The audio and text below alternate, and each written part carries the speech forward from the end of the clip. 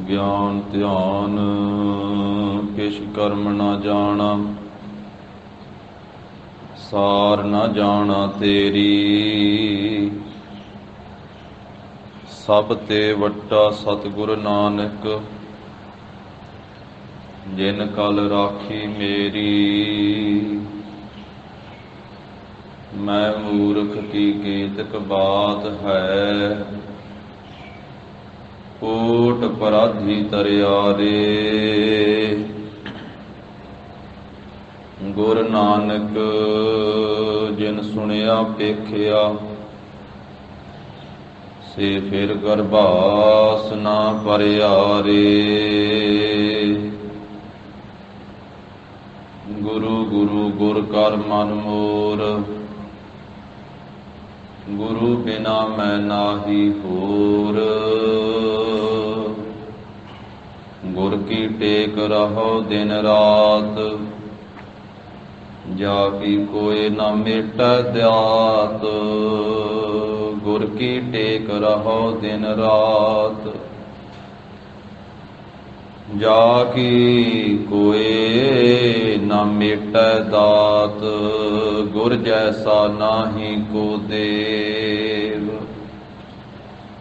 ਜਿਸ ਮਸਤਕ ਭਾਗ ਸੋ ਲਾਗਾ ਸੇਵ। ਸਤਨਾਮ ਸ੍ਰੀ ਵਾਹਿਗੁਰੂ ਸਾਹਿਬ ਜੀ।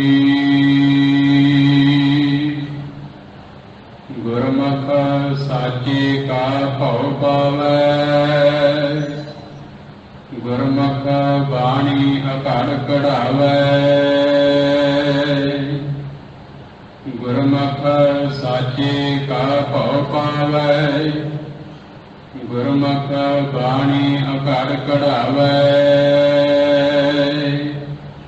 ਗੁਰਮੁਖ ਨਿਰਮਲ ਹਰਿ ਗੁਣ ਗਾਵੈ, ਗੁਰਮੁਖ ਪਵਿੱਤਰ ਪਰਮ ਪਦ ਪਾਵੈ। ਗੁਰਮੁਖ ਰੋਮ ਰੋਮ ਹਰਿ ਧਿਆਵੈ, ਨਾਨਕ ਗੁਰਮੁਖ ਸਾਜ ਸਮਾਵੈ। ਗੁਰਮੁਖ ਰੋਮ ਰੋਮ ਹਰਿ ਧਿਆਵੈ, ਨਾਨਕ ਗੁਰਮੁਖ ਸਾਜ ਸਮਾਵੈ। ਵਾਹਿਗੁਰੂ ਜੀ ਕਾ ਖਾਲਸਾ, ਵਾਹਿਗੁਰੂ ਜੀ ਕੀ ਫਤਿਹ। ਜਾ ਹਰ ਜਹੂਰ ਹਾਜ਼ਰ ਹਜੂਰ, ਸਰਬ ਕਲਾ ਭਰਪੂਰ। ਪਤਿਤ ਪਾਵਨ ਭਗਤ ਵਸ਼ਲ ਅੰਤਰਜਾਮੀ ਮੁਕਤੀ ਦਾਤੇ,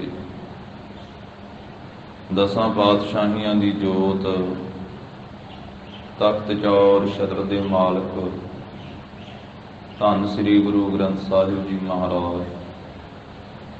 ਸਤਿਗੁਰਾਂ ਦੀ ਅਪਰ ਅਪਾਰ ਕਿਰਪਾ ਰਹਿਮਤ ਦਾ ਸਦਕਾ ਜਗਤ ਗੁਰੂ ਧੰਨ ਧੰਨ ਸ੍ਰੀ ਗੁਰੂ ਨਾਨਕ ਦੇਵ ਸਾਹਿਬ ਜੀ ਮਹਾਰਾਜ, ਸਤਿਗੁਰਾਂ ਦੇ ਪਾਵਨ ਪਵਿੱਤਰ ਪੂਜਨੀਕ ਅਸਥਾਨ ਗੁਰਦੁਆਰਾ ਸ੍ਰੀ ਬੇਰ ਸਾਹਿਬ ਜੀ ਵਿਖੇ ਅੰਮ੍ਰਿਤ ਵੇਲੇ ਦੇ ਸਜੇ ਹੋਏ ਸੁੰਦਰ ਦੀਵਾਨ ਦੀ ਹਾਜ਼ਰੀ ਭਰ ਰਹੀ ਗੁਰੂ ਕੀ ਸਾਜੀ ਨਵਾਜੀ ਸੋਈ ਸਾਧ ਸੰਗਤ ਜੀਓ। ਜਿੱਥੇ ਬਾਬਾ ਪੈਰ ਧਰੇ, ਪੂਜਾ ਆਸਣ ਥਾਪਣ ਸੋਵਾ। ਸਤਿਗੁਰਾਂ ਨੇ ਇਸ ਨਗਰੀ ਨੂੰ, ਇਸ ਧਰਤੀ ਨੂੰ, ਸੁਲਤਾਨਪੁਰ ਲੋਧੀ ਦੇ ਕਣ ਕਣ ਨੂੰ ਆਪਣੇ ਚਰਨਾਂ ਦੀ ਛੋਹ ਬਖਸ਼ ਕਰਕੇ ਪਵਿੱਤਰ ਕੀਤਾ ਹੈ। ਸਾ ਧਰਤੀ ਭਈ ਹਰਿਆਵਲੀ, ਜਿੱਥੇ ਮੇਰਾ ਸਤਿਗੁਰ ਬੈਠਾ ਆਏ। ਸੇ ਜੰਤ ਭਏ ਹਰਿਆਵਲੇ, ਜਿਨੀ ਮੇਰਾ ਸਤਿਗੁਰ ਦੇਖਿਆ ਜਾਏ। ਜਿੱਥੇ ਜਾਏ ਵਹਿ ਮੇਰਾ ਸਤਿਗੁਰੂ, ਸੋ ਥਾਨ ਸੁਹਾਵਾ ਰਾਮ ਰਾਜੇ। ਗੁਰ ਸਿੱਖੀ ਸੋ ਥਾਨ ਭਾਲਿਆ, ਲੈ ਧੂਰ ਮੁਖ ਲਾਵਾ। ਸੁਗਰੀਵ ਨਵਾਜ ਸਾਹਿਬ ਜੀ ਦੇ ਪਾਵਨ ਦਰਬਾਰ ਦੀ ਮਰਿਆਦਾ ਅਨੁਸਾਰ ਅੰਮ੍ਰਿਤ ਵੇਲੇ ਤੋਂ ਸੁੰਦਰ ਦੀਵਾਨ ਸਜੇ, ਪੰਜ ਬਾਣੀਆਂ ਦਾ ਨਿਤਨੇਮ, ਆਸਾ ਕੀ ਵਾਰ ਦਾ ਸੰਪੂਰਨ ਕੀਰਤਨ ਹੋਇਆ। ਲੜੀਵਾਰ ਰੂਪ ਵਿੱਚ ਸਤਿਗੁਰੂ ਜਗਤ ਗੁਰੂ ਧੰਨ ਧੰਨ ਸ੍ਰੀ ਗੁਰੂ ਨਾਨਕ ਦੇਵ ਸਾਹਿਬ ਜੀ ਮਹਾਰਾਜ ਸਿੱਧ ਗੋਸ਼ਟ ਬਾਣੀ ਦੁਆਰਾ ਪਵਿੱਤਰ ਉਪਦੇਸ਼ ਬਖਸ਼ਿਸ਼ ਕਰ ਰਹੇ ਹਨ। ਜਿਸ ਪਾਵਨ ਪੌੜੀ ਦਾ ਅਸੀਂ ਪਾਠ ਸਰਵਣ ਕੀਤਾ ਹੈ, ਇਹ ਸਿੱਧ ਗੋਸ਼ਟ ਦੇ ਵਿੱਚੋਂ 27ਵੀਂ ਪੌੜੀ ਹੈ। ਇਸ ਅੰਮ੍ਰਿਤ ਬਾਣੀ ਦੀਆਂ 73 ਪੌੜੀਆਂ ਹਨ ਸਾਰੀਆਂ, ਔਰ ਸਿੱਧਾਂ ਦੇ ਨਾਲ ਮਹਾਰਾਜ ਸਾਹਿਬ ਜੀ ਦੀ ਜੋ ਗੋਸ਼ਟ ਹੋਈ, ਸਿੱਧਾਂ ਦੇ ਸਵਾਲ ਆ, ਗੁਰੂ ਸਾਹਿਬ ਜੀ ਦੇ ਜਵਾਬ। ਤੋ ਸਿੱਧਾਂ ਦੇ ਪ੍ਰਸ਼ਨਾਂ ਦੇ ਉੱਤਰ ਮਹਾਰਾਜ ਸਾਹਿਬ ਜੀ ਨੇ ਦਿੱਤੇ ਹਨ। ਜਿੱਥੇ ਲੜੀਵਾਰ ਰੂਪ ਦੇ ਵਿੱਚ ਇਸ ਪੌੜੀ ਦੀ ਵਿਚਾਰ ਸਾਂਝੀ ਕਰਾਂਗੇ, ਉੱਥੇ ਸਾਧ ਸੰਗਤ ਜੀ 3 ਤਰੀਕ ਨੂੰ ਸਤਿਗੁਰੂ ਪੰਚਮ ਪਾਤਸ਼ਾਹ ਮਹਾਰਾਜ ਸਾਹਿਬ ਜੀ ਦਾ ਸ਼ਹੀਦੀ ਦਿਹਾੜਾ ਆ ਰਿਹਾ ਹੈ, ਜੋ ਹਰ ਸਾਲ ਗੁਰੂ ਕਾ ਪੰਥ, ਖਾਲਸਾ ਪੰਥ, ਗੁਰੂ ਦੀਆਂ ਸੰਗਤਾਂ ਸਾਰੇ ਥਾਵਾਂ ਦੇ ਉੱਤੇ ਸ਼ਰਧਾ ਭਾਵਨਾ ਦੇ ਨਾਲ ਮਹਾਰਾਜ ਦਾ ਸ਼ਹੀਦੀ ਦਿਹਾੜਾ ਮਨਾਇਆ ਜਾਂਦਾ ਹੈ। ਔਰ ਇਸੇ ਤਰ੍ਹਾਂ ਰਾਵੀ ਦੇ ਕੰਢੇ ਲਾਹੌਰ ਦੇ ਵਿੱਚ ਤੇ ਬਾਕੀ ਸਾਰੇ ਇਤਿਹਾਸਕ ਸਥਾਨਾਂ ਤੇ, ਸੱਚਖੰਡ ਸ੍ਰੀ ਹਰਿਮੰਦਰ ਸਾਹਿਬ, ਔਰ ਇਸੇ ਤਰ੍ਹਾਂ ਵਿਸ਼ੇਸ਼ ਕਰਕੇ ਸ੍ਰੀ ਰਾਮਸਰ ਸਾਹਿਬ, ਉੱਥੇ ਲੜੀਵਾਰ ਗੁਰੂ ਸਾਹਿਬ ਦੇ ਇਤਿਹਾਸ ਦੀ ਕਥਾ ਚੱਲਦੀ ਹੈ ਕਈ ਦਿਨ ਪਹਿਲਾਂ ਸ਼ਹੀਦੀ ਦਿਹਾੜੇ ਤੱਕ। ਤਾਂ ਆਪਾਂ ਮਹਾਰਾਜ ਸਾਹਿਬ ਜੀ ਦੇ ਮਹਾਨ ਗੁਣਾਂ ਦੇ ਵਿੱਚੋਂ, ਮਹਾਨ ਪਰਉਪਕਾਰਾਂ ਦੇ ਵਿੱਚੋਂ ਨਾਲ ਕੁਝ ਵਿਚਾਰ ਗੁਰੂ ਸਾਹਿਬ ਜੀ ਦੇ ਇਤਿਹਾਸ ਦੀ ਵੀ ਸਾਂਝੀ ਕਰਾਂਗੇ, ਕਿਉਂਕਿ ਸਤਿਗੁਰੂ ਸੱਚੇ ਪਾਤਸ਼ਾਹ ਜੀ ਦਾ ਏਡਾ ਵੱਡਾ ਜੀਵਨ, ਇੰਨੇ ਪਰਉਪਕਾਰ, ਮਹਾਰਾਜ ਸਾਹਿਬ ਜੀ ਦੇ ਗੁਣ ਗਿਣੇ ਹੀ ਨਹੀਂ ਜਾ ਸਕਦੇ। ਧੰਨ ਸ੍ਰੀ ਗੁਰੂ ਅਰਜਨ ਦੇਵ ਸਾਹਿਬ ਜੀ ਮਹਾਰਾਜ, ਗੋਰੇ ਅਰਜੁਨ ਵਿਟਹੁ ਕੁਰਬਾਨ। ਗੁਰੂ ਸਾਹਿਬ ਜੀ ਤੋਂ ਸਦਕੇ ਕੁਰਬਾਨ ਜਾਈਏ। ਬਲਿਹਾਰੀ ਗੁਰੇ ਆਪਣੇ ਦਿਓ ਹਾੜੀ ਸਦਵਾਰ, ਜਿਨ ਮਾਨਸ ਦੇ ਦੇਵਤੇ ਕੀਏ ਕਰਤ ਨਾ ਲਾਗੀ ਵਾਰ। ਜਿਸ ਦਿਨ ਮਹਾਰਾਜ ਸਾਹਿਬ ਜੀ ਦੀ ਸ਼ਹਾਦਤ ਹੋਈ, ਸਾਧ ਸੰਗਤ ਜੀ, ਭਾਈ ਕਾਹਨ ਸਿੰਘ ਨਾਭਾ ਜੀ ਲਿਖਦੇ ਆ ਕਿ ਉਸ ਦਿਨ ਜੇਠ ਸੁਦੀ 4 ਦਾ ਦਿਨ ਸੀ। ਜੇਠ ਸੁਦੀ 4 ਕਦੋਂ ਹੁੰਦੀ ਆ? ਕੱਲ ਅਮਾਵਸ ਦਾ ਦਿਹਾੜਾ ਲੰਘਿਆ, ਅੱਜ ਮੱਸਿਆ ਤੋਂ ਅਗਲਾ ਦਿਨ ਹੈ, ਤੇ ਅਗਲੇ ਦਿਨ ਏਕਮ ਹੁੰਦੀ ਆ, ਸੁਦੀ ਏਕਮ। ਅੱਜ 31 ਤਰੀਕ ਹੈ ਤੇ 3 ਤਰੀਕ ਨੂੰ ਮਹਾਰਾਜ ਸਾਹਿਬ ਜੀ ਦਾ ਸ਼ਹੀਦੀ ਦਿਹਾੜਾ ਹੈ। ਅੱਜ ਸੁਦੀ ਏਕਮ ਹੈ, ਕੱਲ ਨੂੰ ਦੂਜ ਹੈ, ਪਰਸੋਂ ਨੂੰ ਤੀਜ ਹੈ, ਤੇ 3 ਤਰੀਕ ਨੂੰ ਸੁਦੀ 4 ਬਣਦੀ ਹੈ। ਜੇਠ ਸੁਦੀ 4, ਜੋ ਭਾਈ ਕਾਹਨ ਸਿੰਘ ਨਾਭਾ ਦੀ ਲਿਖਤ ਹੈ, ਉਹਦੇ ਅਨੁਸਾਰ ਮਹਾਰਾਜ ਸਾਹਿਬ ਜੀ ਦੀ ਜਿਸ ਦਿਨ ਸ਼ਹਾਦਤ ਹੋਈ ਹੈ, ਧੰਨ ਸ੍ਰੀ ਗੁਰੂ ਅਰਜਨ ਦੇਵ ਸਾਹਿਬ ਸੱਚੇ ਪਾਤਸ਼ਾਹ ਜੀ ਦੀ ਜੇਠ ਸੁਦੀ 4 ਦਾ ਦਿਨ 2 ਹਾੜ ਤੇ 30 ਮਈ ਸੀ। ਬਿਕਰਮੀ ਸੰਮਤ 1663, ਈਸਵੀ ਸੰਨ 1606, 30 ਮਈ 2 ਹਾੜ ਤੇ ਜੇਠ ਸੁਦੀ 4 ਵਾਲੇ ਦਿਨ ਸਤਿਗੁਰੂ ਸਾਹਿਬ ਜੀ ਨੇ ਸ਼ਹਾਦਤ ਪ੍ਰਾਪਤ ਕੀਤੀ।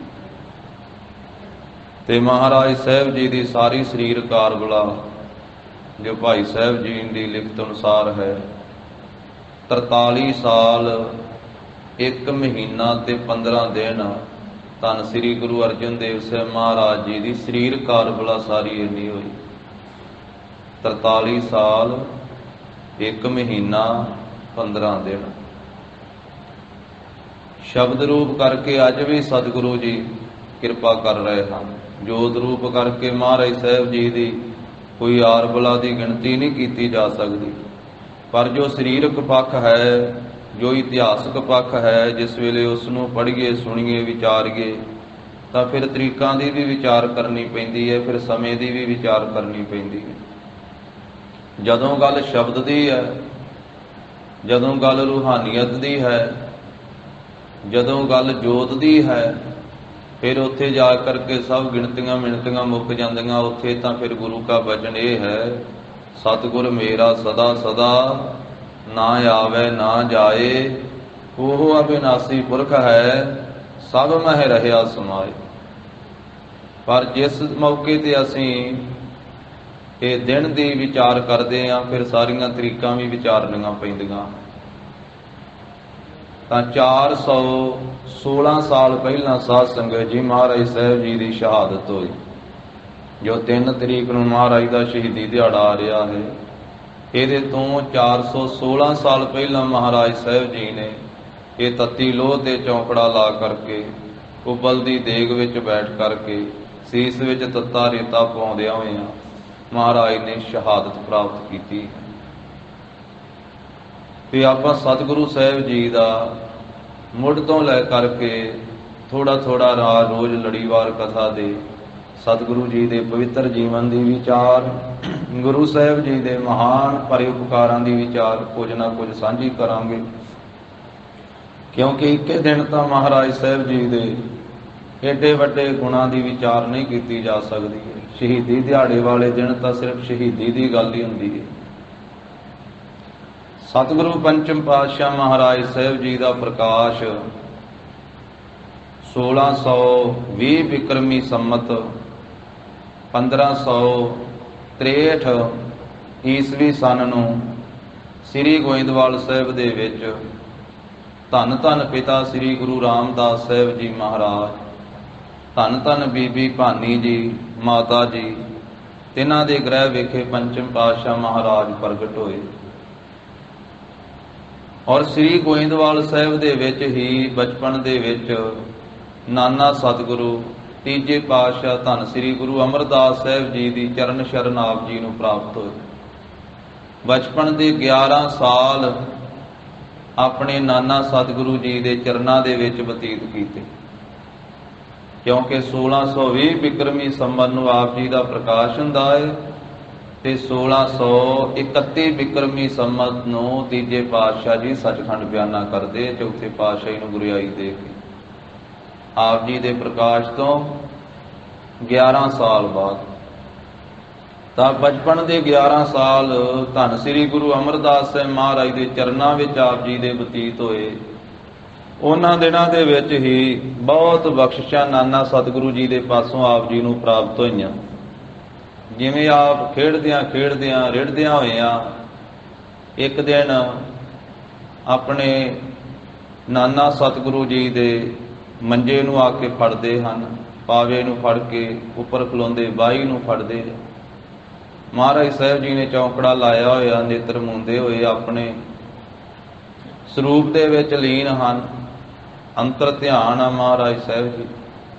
ਆਪ ਜੀ ਨੇ ਆਪਣੇ ਸਰੀਰ ਨੂੰ ਹਿਲਾਉਂਦਿਆਂ ਹੋਇਆਂ ਨਾਲੇ ਤੇ ਮੰਜੇ ਨੂੰ ਹਿਲਾਇਆ, ਪਲੰਘੇ ਨੂੰ, ਨਾਲੇ ਕਿਲਕਾਰੀਆਂ ਮਾਰੀਆਂ ਤੇ ਸਾਰਾ ਮੰਜਾ ਹਿਲਾ ਦਿੱਤਾ।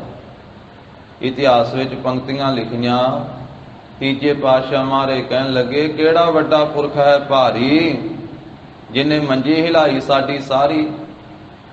ਪਾਸ ਹੀ ਸੇਵਾ ਵਿੱਚ ਮਹਾਰਾਜ ਸਾਹਿਬ ਦੇ ਸਪੁੱਤਰੀ, ਤੀਜੇ ਪਾਤਸ਼ਾਹ ਦੇ ਸਪੁੱਤਰੀ ਬੀਬੀ ਭਾਨੀ ਜੀ ਸੇਵਾ ਕਰ ਰਹੇ ਸਨ। ਧੰਨ ਸ੍ਰੀ ਗੁਰੂ ਰਾਮਦਾਸ ਸਾਹਿਬ ਮਹਾਰਾਜ ਦੇ ਪਤਨੀ ਤੇ ਪੰਜਵੇਂ ਪਾਤਸ਼ਾਹ ਦੇ ਮਾਤਾ ਜੀ। ਉਹਨਾਂ ਨੇ ਆਖਿਆ, ਸਤਿਗੁਰੂ ਪਿਤਾ ਜੀ ਹੋਰ ਕੋਈ ਨਹੀਂ ਹੈ, ਤੁਹਾਡਾ ਆਪਣਾ ਹੀ ਦੋਤਾ ਹੈ। ਮਹਾਰਾਜ ਨੇਤਰ ਖੋਲਦੇ ਆ, ਬੀਬੀ ਭਾਨੀ ਜੀ ਉਹ ਫੜ ਕੇ ਪਿੱਛੇ ਕਰਨ ਲੱਗੇ, ਕਹਿਣ ਲੱਗੇ, ਰਹਿਣ ਦੇ ਧੀਏ ਭੰਨ ਗਏ। ਦੋਵਾਂ ਬਾਹਾਂ ਤੋਂ ਫੜ ਕੇ ਮਹਾਰਾਜ ਉੱਪਰ ਚੁੱਕਦੇ ਆ ਤੇ ਚੁੱਕਦੇ ਆ ਕਹਿੰਦੇ, ਵੱਡਾ ਭਾਰੀ ਗੁਰੂ ਹੋਵੇਗਾ। ਇਹ ਬਚਨ ਉਸ ਮੌਕੇ ਤੇ ਕੀਤੇ। ਗੋਦੀ ਵਿੱਚ ਬਿਠਾ ਕੇ ਸੀਸ ਤੇ ਹੱਥ ਫੇਰਦਿਆਂ ਫਿਰ ਬਚਨ ਕੀਤਾ, ਦੋਹਿਤਾ ਬਾਣੀ ਕਾ ਬੋਹਿ ਥਾ। ਇਹ ਸਾਡਾ ਦੋਹਿਤਾ ਬਾਣੀ ਦਾ ਜਹਾਜ਼ ਰਚੇਗਾ। ਇਹ ਛੋਟੀ ਆਰਬਲਾ ਦੇ ਵਿੱਚ ਸਰੀਰਕ ਆਰਬਲਾ ਜਿਸ ਵੇਲੇ ਬਚਪਨ ਦੀ ਸੀ, ਉਸ ਵੇਲੇ ਹੀ ਨਾਨਾ ਸਤਿਗੁਰੂ ਜੀ ਦੇ ਪਾਸੋਂ ਇਹ ਵਰਦਾਨ ਪ੍ਰਾਪਤ ਹੋਇਆ। ਦੋਹੇ ਤਾਂ ਬਾਣੀ ਕਾ ਬੋਹਿ ਥਾ। ਹੋਰ ਵੀ ਕਈ ਗੁਰਮੁਖ ਐਸਾ ਵੀ ਜ਼ਿਕਰ ਕਰਦੇ ਆ ਵੀ ਇੱਕ ਦਿਨ ਮਹਾਰਾਜ ਸਾਹਿਬ ਜੀ ਪ੍ਰਸ਼ਾਦਾ ਛਕ ਰਹੇ ਸਨ ਤੇ ਧੰਨ ਸ੍ਰੀ ਗੁਰੂ ਅਰਜਨ ਦੇਵ ਸਾਹਿਬ ਮਹਾਰਾਜ ਜੀ ਰਿੜਦੇ ਰਿੜਦੇ ਆਏ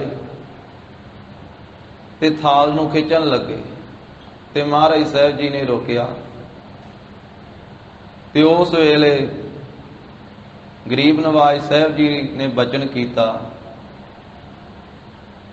ਵੀ ਤੁਸੀਂ ਤਾਂ ਵੱਡੇ ਥਾਲ ਦੀ ਰਚਨਾ ਕਰਨੀ ਹੈ, ਤੂੰ ਤਾਂ ਥਾਲ ਦਾ ਮਾਲਕ ਹੈ,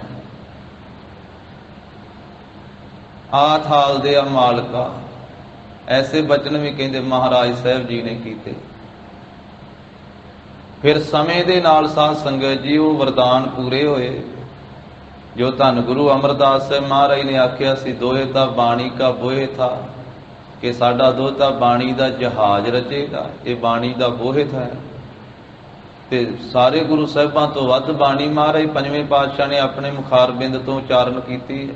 30 ਰਾਗਾਂ 'ਚ ਬਾਣੀ ਆ ਗੁਰੂ ਅਰਜਨ ਸਾਹਿਬ ਮਹਾਰਾਜ ਜੀ ਦੀ, ਭਾਵੇਂ ਚੌਥੇ ਪਾਤਸ਼ਾਹ ਜੀ ਦੀ ਵੀ 30 ਰਾਗਾਂ 'ਚ ਹੀ ਹੈ ਬਾਣੀ, ਪਰ ਪੰਜਵੇਂ ਪਾਤਸ਼ਾਹ ਮਹਾਰਾਜ ਦੇ ਵੱਧ ਸ਼ਬਦ ਹਨ ਗੁਰੂ ਗ੍ਰੰਥ ਸਾਹਿਬ ਜੀ ਦੇ ਅੰਦਰ। ਔਰ ਆਪ ਜੀ ਨੇ ਸਾਰੀ ਬਾਣੀ ਇਕੱਤਰ ਕਰਕੇ ਤਾਂ ਇਹ ਬਾਣੀ ਦਾ ਜਹਾਜ਼ ਸਾਧ ਸੰਗਤ ਜੀ ਤਿਆਰ ਕੀਤਾ। ਇਹ ਧੰਨ ਗੁਰੂ ਅਮਰਦਾਸ ਸਾਹਿਬ ਆਪਣੇ ਨਾਨਾ ਸਤਿਗੁਰੂ ਜੀ ਦੇ ਉਹ ਵਰਦਾਨ ਦਾ ਸਦਕਾ। ਫਿਰ ਥਾਲ ਦੇ ਮਾਲਕਾ ਆਖਿਆ ਸੀ ਤੇ ਮਹਾਰਾਜ ਸਾਹਿਬ ਜੀ ਨੇ ਗੁਰੂ ਗ੍ਰੰਥ ਸਾਹਿਬ ਜੀ ਦੀ ਬਾਣੀ ਨੂੰ ਥਾਲ ਆਖਿਆ। ਥਾਲ ਪੰਜਵੇਂ ਪਾਤਸ਼ਾਹ ਨੇ ਜਿਸ ਵੇਲੇ ਸਾਰੀ ਬਾਣੀ ਲਿਖਾਈ ਨਾ, ਅਖੀਰ ਤੇ ਮੁੰਦਾਵਣੀ ਲਿਖਾਈ ਮਹਾਰਾਜ ਸਾਹਿਬ ਜੀ ਨੇ, ਤੇ ਉਸ ਵੇਲੇ ਫਿਰ ਬਚਨ ਕਹੇ ਮੁੰਦਾਵਣੀ ਮਹੱਲਾ ਪੰਜਵਾ, ਥਾਲ ਵਿੱਚ 3 ਵਸਤੂ ਪਈਓ। ਇਹ ਗੁਰੂ ਗ੍ਰੰਥ ਸਾਹਿਬ ਰੂਪੀ ਥਾਲ ਆ, ਇਹਦੇ ਵਿੱਚ 3 ਵਸਤੂਆਂ ਪਾਈਆਂ। ਸਤ ਸੰਤੋਖ ਵਿਚਾਰੋ, ਅੰਮ੍ਰਿਤ ਨਾਮ ਠਾਕੁਰ ਕਾ ਪਇਓ, ਜਿਸ ਕਾ ਸਬਸ ਆਧਾਰੋ। ਇਹ ਗੁਰੂ ਗ੍ਰੰਥ ਸਾਹਿਬ ਜੀ ਦੀ ਬਾਣੀ ਰੂਪੀ ਥਾਲ ਦੇ ਵਿੱਚ 3 ਵਸਤੂਆਂ ਇਹਦੇ ਵਿੱਚ ਪਾਈਆਂ ਗਈਆਂ ਵਾ। ਇੱਕ ਸਤ ਆ, ਦੂਸਰਾ ਸੰਤੋਖ ਆ, ਇਹ ਵਿਚਾਰ ਕਰ ਲੋ ਭਾਈ। ਤੀਜਾ ਇਹਦੇ ਵਿੱਚ ਅੰਮ੍ਰਿਤ ਨਾਮ ਠਾਕੁਰ ਕਾ ਪਇਓ, ਮ੍ਰਿਤੂ ਤੋਂ ਰਹਿਤ ਕਰਨ ਵਾਲਾ ਅੰਮ੍ਰਿਤ ਨਾਮ ਹੈ ਮਾਲਕ ਦਾ, ਪਰਮੇਸ਼ਰ ਦਾ। ਜਿਸ ਕਾ ਸਬਸ ਆਧਾਰੋ, ਜਿਸ ਨਾਮ ਦਾ ਸਾਰਿਆਂ ਨੂੰ ਆਸਰਾ, ਕੱਲੇ ਮਨੁੱਖਾਂ ਨੂੰ ਹੀ ਨਹੀਂ, ਖੰਡਾਂ ਬ੍ਰਹਮੰਡਾਂ ਨੂੰ ਵੀ ਨਾਮ ਦਾ ਹੀ ਆਸਰਾ ਹੈ। ਨਾਮ ਕੇ ਧਾਰੇ ਸਗਲੇ ਜੰਤ, ਨਾਮ ਕੇ ਧਾਰੇ ਖੰਡ ਬ੍ਰਹਮੰਡ। ਤੇ ਆਖਿਆ ਇਹ ਥਾਲ ਦੇ ਵਿੱਚ ਇਹ ਵਸਤੂਆਂ ਪਾਈਆਂ, ਪਰ ਉਧਾਰ ਉਹਦਾ ਹੋਵੇਗਾ, ਤ੍ਰਿਪਤੀ ਉਹਨੂੰ ਹੋਵੇਗੀ, ਰੱਜ ਉਸ ਨੂੰ ਪ੍ਰਾਪਤ ਹੋਵੇਗਾ ਜਿਹੜਾ ਇਸ ਥਾਲ ਦੇ ਵਿੱਚੋਂ ਛਕ ਲਵੇਗਾ ਇਹਨਾਂ ਵਸਤੂਆਂ ਨੂੰ। ਜਿਹੜਾ ਇਹਨਾਂ ਵਸਤੂਆਂ ਨੂੰ ਆਪ ਵੀ ਛਕੇਗਾ, ਹੋਰਨਾਂ ਨੂੰ ਵੀ ਛਕਾਵੇਗਾ। ਜਿਹੜਾ ਛਕ ਕੇ ਇਹਨਾਂ ਵਸਤੂਆਂ ਨੂੰ ਹਜਮ ਵੀ ਕਰੇਗਾ। ਜੇ ਕੋ ਖਾਵੈ ਜੇ ਕੋ ਪੁੰਚੈ, ਤਿਸ ਕਾ ਹੋਏ ਉਧਾਰੋ। ਇਹ ਵਸਤ ਤਜੀ ਨਹਿ ਜਾਈ, ਨਿਤ ਨਿਤ ਰਾਖਿਓ ਧਾਰੋ। ਇਹ ਵਸਤੂ ਛੱਡਣ ਵਾਲੀ ਨਹੀਂ, ਨਿਤਾ ਪ੍ਰਤੀ ਹਿਰਦੇ ਵਿੱਚ ਧਾਰ ਕੇ ਰੱਖੋ ਗੁਰ ਸਿੱਖੋ। ਐਸਾ ਅਮੋਲਕ ਥਾਲ ਦਿੱਤਾ ਤੁਹਾਨੂੰ। ਨਿਤ ਨਿਤ ਰਾਖਿਓ ਧਾਰੋ, ਤਮ ਸੰਸਾਰ ਚਰਨ ਲਗ ਤਰੀਐ, ਸਭ ਨਾਨਕ ਬ੍ਰਹਮ ਪਸਾਰੋ। ਮਹਾਰਾਜ ਕਹਿੰਦੇ ਸੰਸਾਰ ਅੰਧਕਾਰ ਹਨੇਰਾ ਹੈ, ਗੁਰੂ ਸਾਹਿਬ ਦੇ ਚਰਨਾਂ ਨਾਲ ਲੱਗ ਕਰਕੇ ਤਰ ਜਾਈਏ ਇਸ ਸੰਸਾਰ ਤੋਂ। ਐਸੇ ਗਰੀਬ ਨਵਾਜ ਪੰਚਮ ਪਾਤਸ਼ਾਹ ਮਹਾਰਾਜ ਬਚਪਨ ਦੇ 11 ਸਾਲ ਨਾਨਾ ਸਤਿਗੁਰੂ ਧੰਨ ਸ੍ਰੀ ਗੁਰੂ ਅਮਰਦਾਸ ਸਾਹਿਬ ਜੀ ਦੀਆਂ ਖੁਸ਼ੀਆਂ ਪ੍ਰਾਪਤ ਕੀਤੀਆਂ। ਬਚਪਨ ਦੇ ਵਿੱਚ ਮਾਤਾ ਜੀ ਦੇ ਪਾਸੋਂ ਅਸੀਸ ਵੀ ਪ੍ਰਾਪਤ ਹੋਈ, ਮਾਤਾ ਬੀਬੀ ਭਾਨੀ ਜੀ ਦੇ ਕੋਲੋਂ, ਜਿਹਦਾ ਜ਼ਿਕਰ ਆਪ ਜੀ ਨੇ ਬਾਅਦ ਵਿੱਚ ਗੁਰਤਾ ਗੱਦੀ ਦੇ ਮਾਲਕ ਬਣ ਕੇ ਕੀਤਾ ਕਿ ਸਾਡੇ ਮਾਤਾ ਜੀ ਨੇ ਸਾਨੂੰ ਅਸੀਸ ਦਿੱਤੀ। ਪੂਤਾ ਮਾਤਾ ਕੀ ਆਸੀਸ, ਨਿਮਖ ਨ ਬਿਸਰਹੁ ਤੁਮ ਕਉ ਹਰ ਹਰ, ਸਦਾ ਭਜੋ ਜਗਦੀਸ਼। ਕਿ ਪੁੱਤਰਾ ਮਾਂ ਦੀ ਤੈਨੂੰ ਅਸੀਸ ਹੈ, ਤੈਨੂੰ ਕਦੇ ਵੀ ਪਰਮੇਸ਼ਰ ਦਾ ਨਾਮ ਨਾ ਭੁੱਲੇ, ਤੂੰ ਸਦਾ ਹੀ ਜਗਤ ਦੇ ਈਸ਼ਵਰ ਦਾ ਸਿਮਰਨ ਕਰਦਾ ਰਹੇ। ਉਹ ਮਾਤਾ ਜੀ ਦੀ ਅਸੀਸ ਦਾ ਸਦਕਾ ਕਦੇ ਵੀ ਮਹਾਰਾਜ ਸਾਹਿਬ ਜੀ ਨੂੰ ਨਾਮ ਨਹੀਂ ਵਿਸਰਿਆ। ਤੱਤੀ ਲੋਹ ਤੇ ਬੈਠ ਕਰਕੇ ਵੀ, ਦੇਗ ਵਿੱਚ ਚੌਂਕੜਾ ਲਾ ਕੇ ਵੀ ਨਾਮ ਨਹੀਂ ਵਿਸਰਿਆ। ਸੀਸ ਵਿੱਚ ਤੱਤਾ ਰੇਤਾ ਪੈਂਦਿਆਂ ਵੀ ਨਾਮ ਨਹੀਂ ਵਿਸਰਿਆ। ਐਸੇ ਗਰੀਬ ਨਵਾਜ ਸਤਿਗੁਰੂ ਜਦੋਂ 16 ਸਾਲ ਦੀ ਸਰੀਰ ਕਾਰਬਲਾ ਹੋਈ ਨਾ, ਧੰਨ ਸ੍ਰੀ ਗੁਰੂ ਅਰਜਨ ਦੇਵ ਸਾਹਿਬ ਮਹਾਰਾਜ ਜੀ, ਭਾਈ ਕਾਹਨ ਸਿੰਘ ਨਾਭਾ ਦੀ ਲਿਖਤ ਹੈ, ਉਹ ਕਹਿੰਦੇ 23 ਹਾੜ ਤੇ 1636 ਬਿਕਰਮੀ ਸੰਮਤ ਨੂੰ 16 ਸਾਲ ਦੀ ਸਰੀਰ ਕਾਰਬਲਾ ਦੇ ਵਿੱਚ ਆਪ ਜੀ ਦਾ ਵਿਆਹ ਹੋਇਆ, ਆਨੰਦ ਕਾਰਜ ਹੋਇਆ। ਧੰਨ ਸ੍ਰੀ ਗੁਰੂ ਅਰਜਨ ਦੇਵ ਸਾਹਿਬ ਮਹਾਰਾਜ ਜੀ ਦਾ ਆਨੰਦ ਕਾਰਜ ਮੌ ਸਾਹਿਬ ਨਗਰ ਦੇ ਵਿੱਚ, ਫਲੌਰ ਦੇ ਇਲਾਕੇ, ਬਾਬਾ ਕ੍ਰਿਸ਼ਨ ਚੰਦ ਜੀ ਦੇ ਸੁਪੁੱਤਰੀ ਧੰਨ ਮਾਤਾ ਗੰਗਾ ਜੀ ਦੇ ਨਾਲ ਆਪ ਜੀ ਦਾ ਆਨੰਦ ਕਾਰਜ ਹੋਇਆ। ਜਿਸ ਮੌਕੇ ਤੇ ਆਪ ਜੀ ਦੀ ਸਰੀਰ ਕਾਰਬਲਾ 18 ਸਾਲਾਂ ਦੀ ਹੋਈ ਤਾਂ ਭਾਈ ਸਾਹਿਬ ਲਿਖਦੇ ਆ 1638 ਬਿਕਰਮੀ ਸੰਮਤ ਦੇ ਵਿੱਚ 18 ਸਾਲਾਂ ਦੀ ਸਰੀਰ ਕਾਰਬਲਾ ਦੇ ਵਿੱਚ ਲਾਹੌਰ ਤੋਂ ਜਦੋਂ ਆਪ ਜੀ ਨੂੰ ਮਹਾਰਾਜ ਸਾਹਿਬ ਪਿਤਾ ਗੁਰੂ ਰਾਮਦਾਸ ਸਾਹਿਬ ਜੀ ਨੇ ਬੁਲਾਇਆ ਸੀ। ਲੰਮਾ ਇਤਿਹਾਸ ਹੈ, ਅਗਲੇ ਦਿਨਾਂ ਵਿੱਚ ਬੇਨਤੀ ਸਾਂਝੀ ਕੀਤੀ ਜਾਵੇਗੀ। ਮਹਾਰਾਜ ਸਾਹਿਬ ਜੀ ਨੇ ਉੱਥੇ ਆਪਣੇ ਤਾਇਆ ਜੀ ਦੇ ਪੁੱਤਰ ਧੰਨ ਸ੍ਰੀ ਗੁਰੂ ਰਾਮਦਾਸ ਸਾਹਿਬ ਮਹਾਰਾਜ ਜੀ ਦੇ ਤਾਇਆ ਜੀ ਦੇ ਪੁੱਤਰ ਭਰਾ ਬਾਬਾ ਸਹਾਰੀ ਮੱਲ ਜੀ, ਉਹਨਾਂ ਦੇ ਪੁੱਤਰ ਦਾ ਵਿਆਹ ਸੀ ਸਾਧ ਸੰਗਤ। ਉੱਥੇ ਆਪਣੇ ਵੱਡੇ ਸਾਹਿਬਜ਼ਾਦੇ ਬਾਬੇ ਪ੍ਰਿਥੀ ਚੰਦ ਨੂੰ ਭੇਜਣ ਵਾਸਤੇ ਆਖਿਆ ਸੀ, ਉਹਨਾਂ ਜਵਾਬ ਦੇ ਦਿੱਤਾ ਸੀ। ਵਿਚਕਾਰਲੇ ਸਾਹਿਬਜ਼ਾਦੇ ਬਾਬਾ ਮਹਾਦੇਵ ਜੀ ਨੂੰ ਆਖਿਆ ਸੀ, ਉਹਨਾਂ ਨੇ ਆਖਿਆ ਮੈਨੂੰ ਕੋਈ ਰਿਸ਼ਤੇਦਾਰੀ ਨਾਲ ਸੰਬੰਧੀ ਕੋਈ ਨਹੀਂ, ਜਵਾਬ ਦੇ ਦਿੱਤਾ ਸੀ। ਫਿਰ ਆਪ ਜੀ ਨੂੰ ਆਖਿਆ ਸੀ ਧੰਨ ਗੁਰੂ ਅਰਜਨ ਦੇਵ ਸਾਹਿਬ ਮਹਾਰਾਜ ਜੀ, ਤੇ ਆਪ ਜੀ ਨੇ ਆਖਿਆ ਸੀ ਪਿਤਾ ਜੀ ਤੁਸੀਂ ਤੇ ਵਿਆਹ ਤੇ ਭੇਜਣ ਲੱਗੇ ਹੋ, ਜੇ ਸਿਰ ਦੇਣ ਵਾਸਤੇ ਵੀ ਲਾਹੌਰ ਭੇਜ ਦਿਓ ਮੈਂ ਤਾਂ ਵੀ ਚਲੇ ਜਾਵਾਂ। ਆਪ ਜੀ 7 ਬਚਨ ਕਹਿ ਕਰਕੇ ਗਿਆ ਸੀ ਤੇ ਨਾਲ ਬਚਨ ਕਰ ਦਿੱਤਾ ਸੀ, ਪੁੱਤਰ ਜਿੰਨਾ ਚਿਰ ਸੱਦੀਏ ਨਾ ਵਿਆਹ ਦਾ ਕਾਰਜ ਕਰਕੇ ਲਾਹੌਰ ਧਰਮਸ਼ਾਲਾ ਵਿੱਚ ਬੈਠ ਕੇ ਸੰਗਤਾਂ ਨੂੰ ਨਾਮ ਨਾਲ ਜੋੜਨਾ, ਬਾਣੀ ਨਾਲ ਜੋੜਨਾ।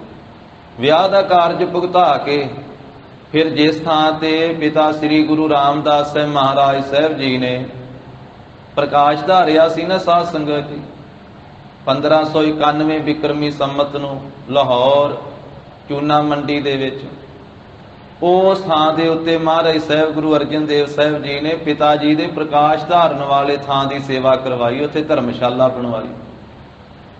ਉਹਦੇ ਵਿੱਚ ਰਹਿ ਕਰਕੇ ਸੰਗਤਾਂ ਨੂੰ ਸਵੇਰੇ ਸ਼ਾਮੀ ਇਕੱਤਰ ਕਰਨਾ ਤੇ ਗੁਰਬਾਣੀ ਸੁਣਾਉਣੀ ਆਪਣੀ ਰਸਨਾ ਤੋਂ, ਗੁਰਬਾਣੀ ਦੀ ਵਿਆਖਿਆ ਕਰਨੀ, ਕਥਾ ਕਰਨੀ, ਨਾਮ ਜਪਣਾ ਤੇ ਜਪਾਉਣਾ ਸੰਗਤਾਂ ਨੂੰ। ਕਿੰਨਾ ਸਮਾਂ ਲੰਘ ਗਿਆ, ਮਹਾਰਾਜ ਸਾਹਿਬ ਜੀ ਨੇ ਨਹੀਂ ਬੁਲਾਇਆ।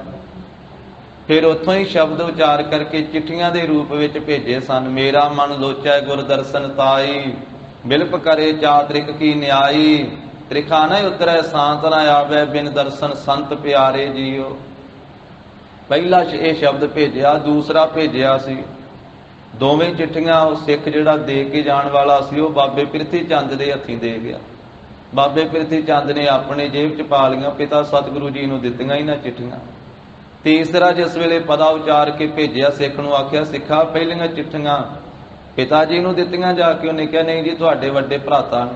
ਆਖਿਆ ਨਹੀਂ ਇਹ ਪਿਤਾ ਜੀ ਦੇ ਹੱਥ ਵਿੱਚ ਜਾ ਕੇ ਦੇ। ਜਦੋਂ ਤੀਸਰਾ ਪਦਾ ਪਿਤਾ ਗੁਰੂ ਰਾਮਦਾਸ ਸਾਹਿਬ ਮਹਾਰਾਜ ਜੀ ਦੇ ਹੱਥ ਵਿੱਚ ਆ ਕਰਕੇ ਦਿੱਤਾ, ਸਿੱਖ ਨੇ ਪੜ੍ਹਿਆ, ਉੱਤੇ 3 ਅੰਕ ਲਿਖਿਆ ਹੋਇਆ।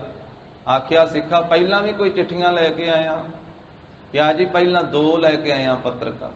ਆਪ ਜੀ ਦੇ ਵੱਡੇ ਸਾਹਿਬਜ਼ਾਦੇ ਬਾਬਾ ਪ੍ਰਿਥੀ ਚੰਦ ਨੂੰ ਦੇ ਕੇ ਗਿਆ ਸਾਂ।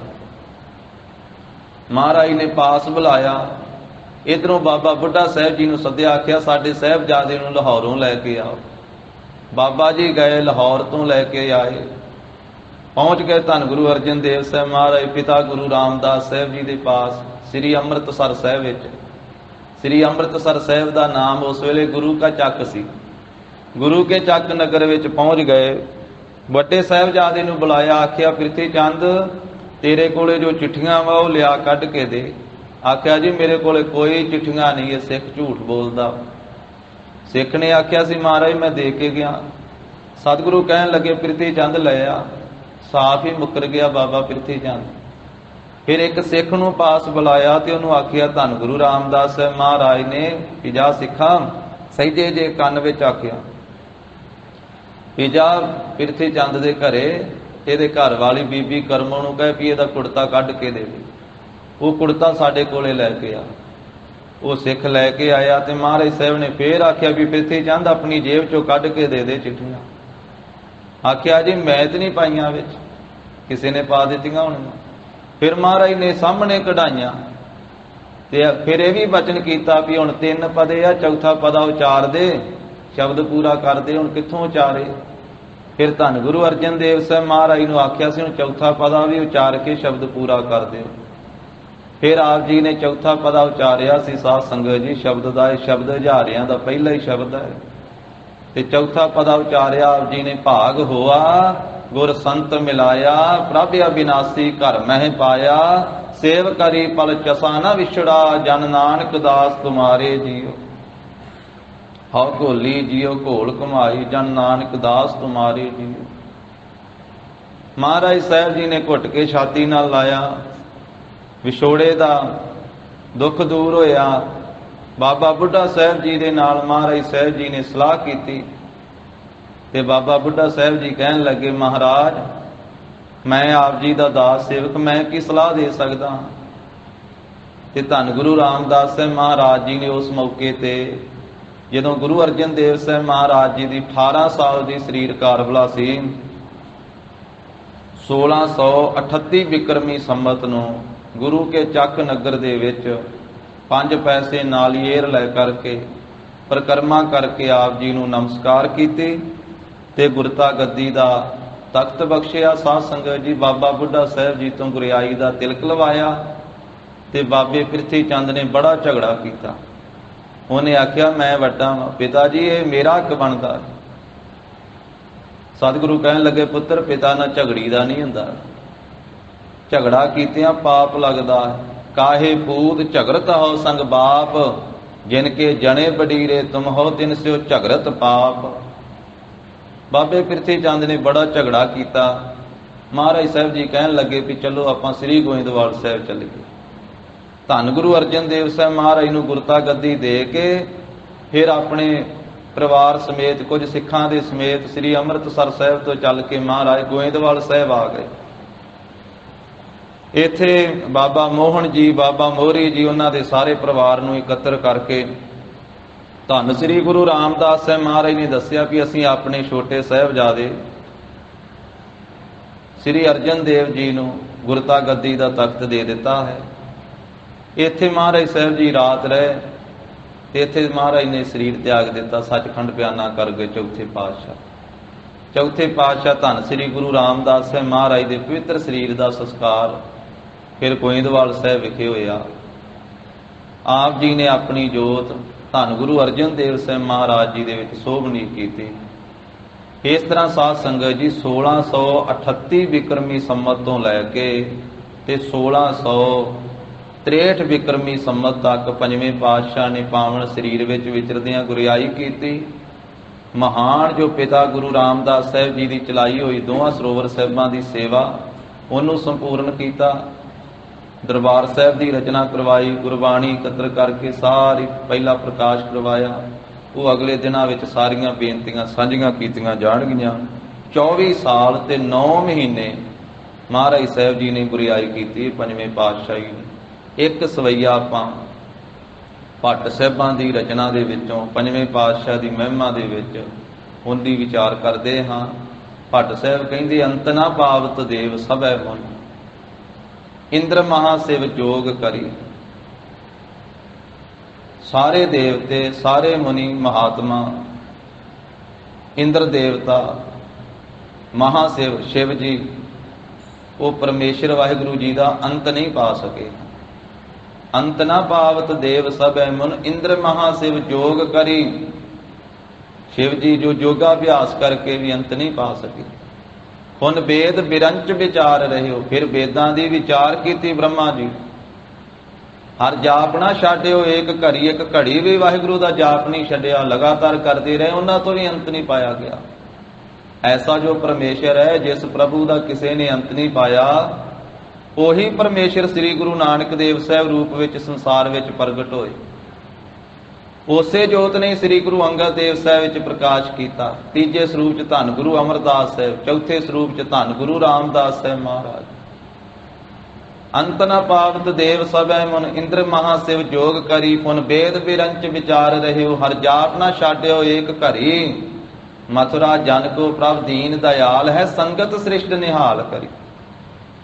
ਮਥੁਰਾ ਭੱਟ ਜੀ ਕਹਿੰਦੇ ਜੋ ਜਨਾਂ ਤੇ ਸੇਵਕਾਂ ਦੇ ਉੱਤੇ, ਦੀਨਾਂ ਦੁਖੀਆਂ ਤੇ ਗਰੀਬਾਂ ਤੇ ਦਇਆਲਤਾ ਕਰਨ ਵਾਲੇ ਵਾਹਿਗੁਰੂ ਜੀ, ਉਹਨਾਂ ਨੇ ਇਹ ਸ੍ਰਿਸ਼ਟੀ ਦੇ ਵਿੱਚ ਸੰਗਤ ਨੂੰ ਨਿਹਾਲ ਕੀਤਾ ਗੁਰੂ ਰੂਪ ਹੋ ਕੇ, ਉਸ ਜੋਤ ਨੇ ਆ ਕਰਕੇ। ਮਥੁਰਾ ਜਨ ਕੋ ਪ੍ਰਭ ਦੀਨ ਦਇਆਲ ਹੈ, ਸੰਗਤ ਸ੍ਰਿਸ਼ਟ ਨਿਹਾਲ ਕਰੀ।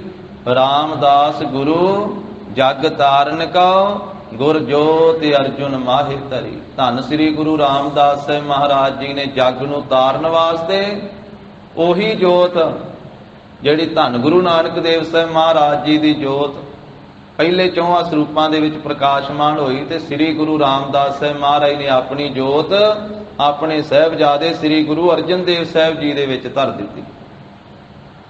ਰਾਮਦਾਸ ਗੁਰੂ ਜਗ ਤਾਰਨ ਕਉ, ਰਾਮਦਾਸ ਗੁਰੂ ਜਗ ਤਾਰਨ ਕਉ, ਰਾਮਦਾਸ ਗੁਰੂ ਜਗ ਤਾਰਨ ਕਉ, ਰਾਮਦਾਸ ਗੁਰੂ ਜਗ ਤਾਰਨ ਕਉ। ਗੁਰ ਜੋਤ ਅਰਜੁਨ ਮਾਹਿ ਧਰੇ, ਗੁਰ ਜੋਤ ਅਰਜੁਨ ਮਾਹਿ ਧਰੇ, ਗੁਰ ਜੋਤ ਅਰਜਨ ਮਾਹਿ ਧਰੇ, ਗੁਰ ਜੋਤ ਅਰਜਨ ਮਾਹਿ ਧਰੇ। ਗੁਰ ਜੋਤ ਅਰਜੁਨ ਮਾਹਿ ਧਰੇ, ਗੁਰ ਜੋਤ ਅਰਜੁਨ ਮਾਹਿ ਧਰੇ। ਗੁਰ ਜੋਤ ਅਰਜਨ ਮਾਹਿ ਧਰੇ, ਗੁਰ ਜੋਤ ਅਰਜਨ ਮਾਹਿ ਧਰੇ। ਭੱਟਾਂ ਦੇ ਸਵਈਆਂ ਵਿੱਚ ਜਿੰਨੀ ਵਾਰੀ ਵੀ ਪੰਜਵੇਂ ਪਾਤਸ਼ਾਹ ਦਾ ਨਾਮ ਆਇਆ ਹੈ ਨਾ, ਉੱਥੇ ਜੱਜੇ ਨੂੰ ਔਂਕੜ ਦੇ ਨਾਲ ਹੀ ਆਇਆ। ਰਾਮਦਾਸ ਗੁਰੂ ਜਗ ਤਾਰਨ ਕਉ, ਗੁਰ ਜੋਤ ਅਰਜੁਨ ਮਾਹਿ ਧਰੀ। ਅਰਦਾਸ ਦੇ ਵਿੱਚ ਔਂਕੜ ਤੋਂ ਬਿਨਾਂ ਆਉਂਦਾ ਇਹ ਨਾਮ ਮਹਾਰਾਜ ਜੀ ਦਾ। ਪਰ ਭੱਟ ਸਾਹਿਬਾਨਾਂ ਦੀ ਰਚਨਾ ਦੇ ਵਿੱਚ ਜਿੰਨੀ ਵਾਰੀ ਵੀ ਪੰਜਵੇਂ ਪਾਤਸ਼ਾਹ ਦਾ ਨਾਮ ਆਇਆ, ਉੱਥੇ ਅਰਜੁਨ ਜੱਜੇ ਨੂੰ ਔਂਕੜ ਲੱਗਾ ਹੋਇਆ। ਰਾਮਦਾਸ ਗੁਰੂ ਜਗ ਤਾਰਨ ਕਉ, ਗੁਰ ਜੋਤ ਅਰਜੁਨ ਮਾਹਿ ਧਰੀ। ਐਸੇ ਪੰਚਮ ਪਾਤਸ਼ਾਹ ਮਹਾਰਾਜ ਤੋਂ ਲੜੀਵਾਰ ਰੂਪ ਦੇ ਵਿੱਚ ਸਾਧ ਸੰਗਤ ਜੀ, ਜਗਤ ਗੁਰੂ ਜੀ ਸਿੱਧ ਗੋਸ਼ਟ ਬਾਣੀ ਦੀ 27ਵੀਂ ਪੌੜੀ ਵਿੱਚ ਕਿਰਪਾ ਕਰਦੇ ਹਨ। ਸ਼ਰਧਾ ਭਾਵਨਾ ਸਹਿਤ ਸਰਵਣ ਕਰੀਏ ਜੀ। ਸਤਨਾਮ ਸ੍ਰੀ ਵਾਹਿਗੁਰੂ ਸਾਹਿਬ ਜੀ। ਗੁਰਮੁਖ ਸਾਚੇ ਕਾ ਭਉ ਪਾਵੈ। ਸਿੱਧ ਜਿਸ ਵੇਲੇ ਮਹਾਰਾਜ ਨਾਲ ਗੋਸ਼ਟ ਕਰ ਰਹੇ ਸੀ ਨਾ, ਵਿਚਾਰ ਕਰ ਰਹੇ, ਸਵਾਲ ਕਰ ਰਹੇ ਸੀ ਗੁਰੂ ਸਾਹਿਬਾਂ, ਧੰਨ ਸ੍ਰੀ ਗੁਰੂ ਨਾਨਕ ਦੇਵ ਸਾਹਿਬ ਮਹਾਰਾਜ ਜੀ ਸੁਮੇਰ ਪਰਬਤ ਦੇ ਉੱਤੇ। ਹੁਣ ਸਵਾਲ ਕਰਦਿਆਂ ਕਰਦਿਆਂ ਸਿੱਧਾਂ ਨੂੰ, ਹੁਣ ਕਿੰਨੇ ਕੁ ਸਵਾਲ ਕਰੀ ਜਾਣ, ਸਵਾਲ ਮੁੱਕ ਗਏ ਸਿੱਧਾਂ ਦੇ।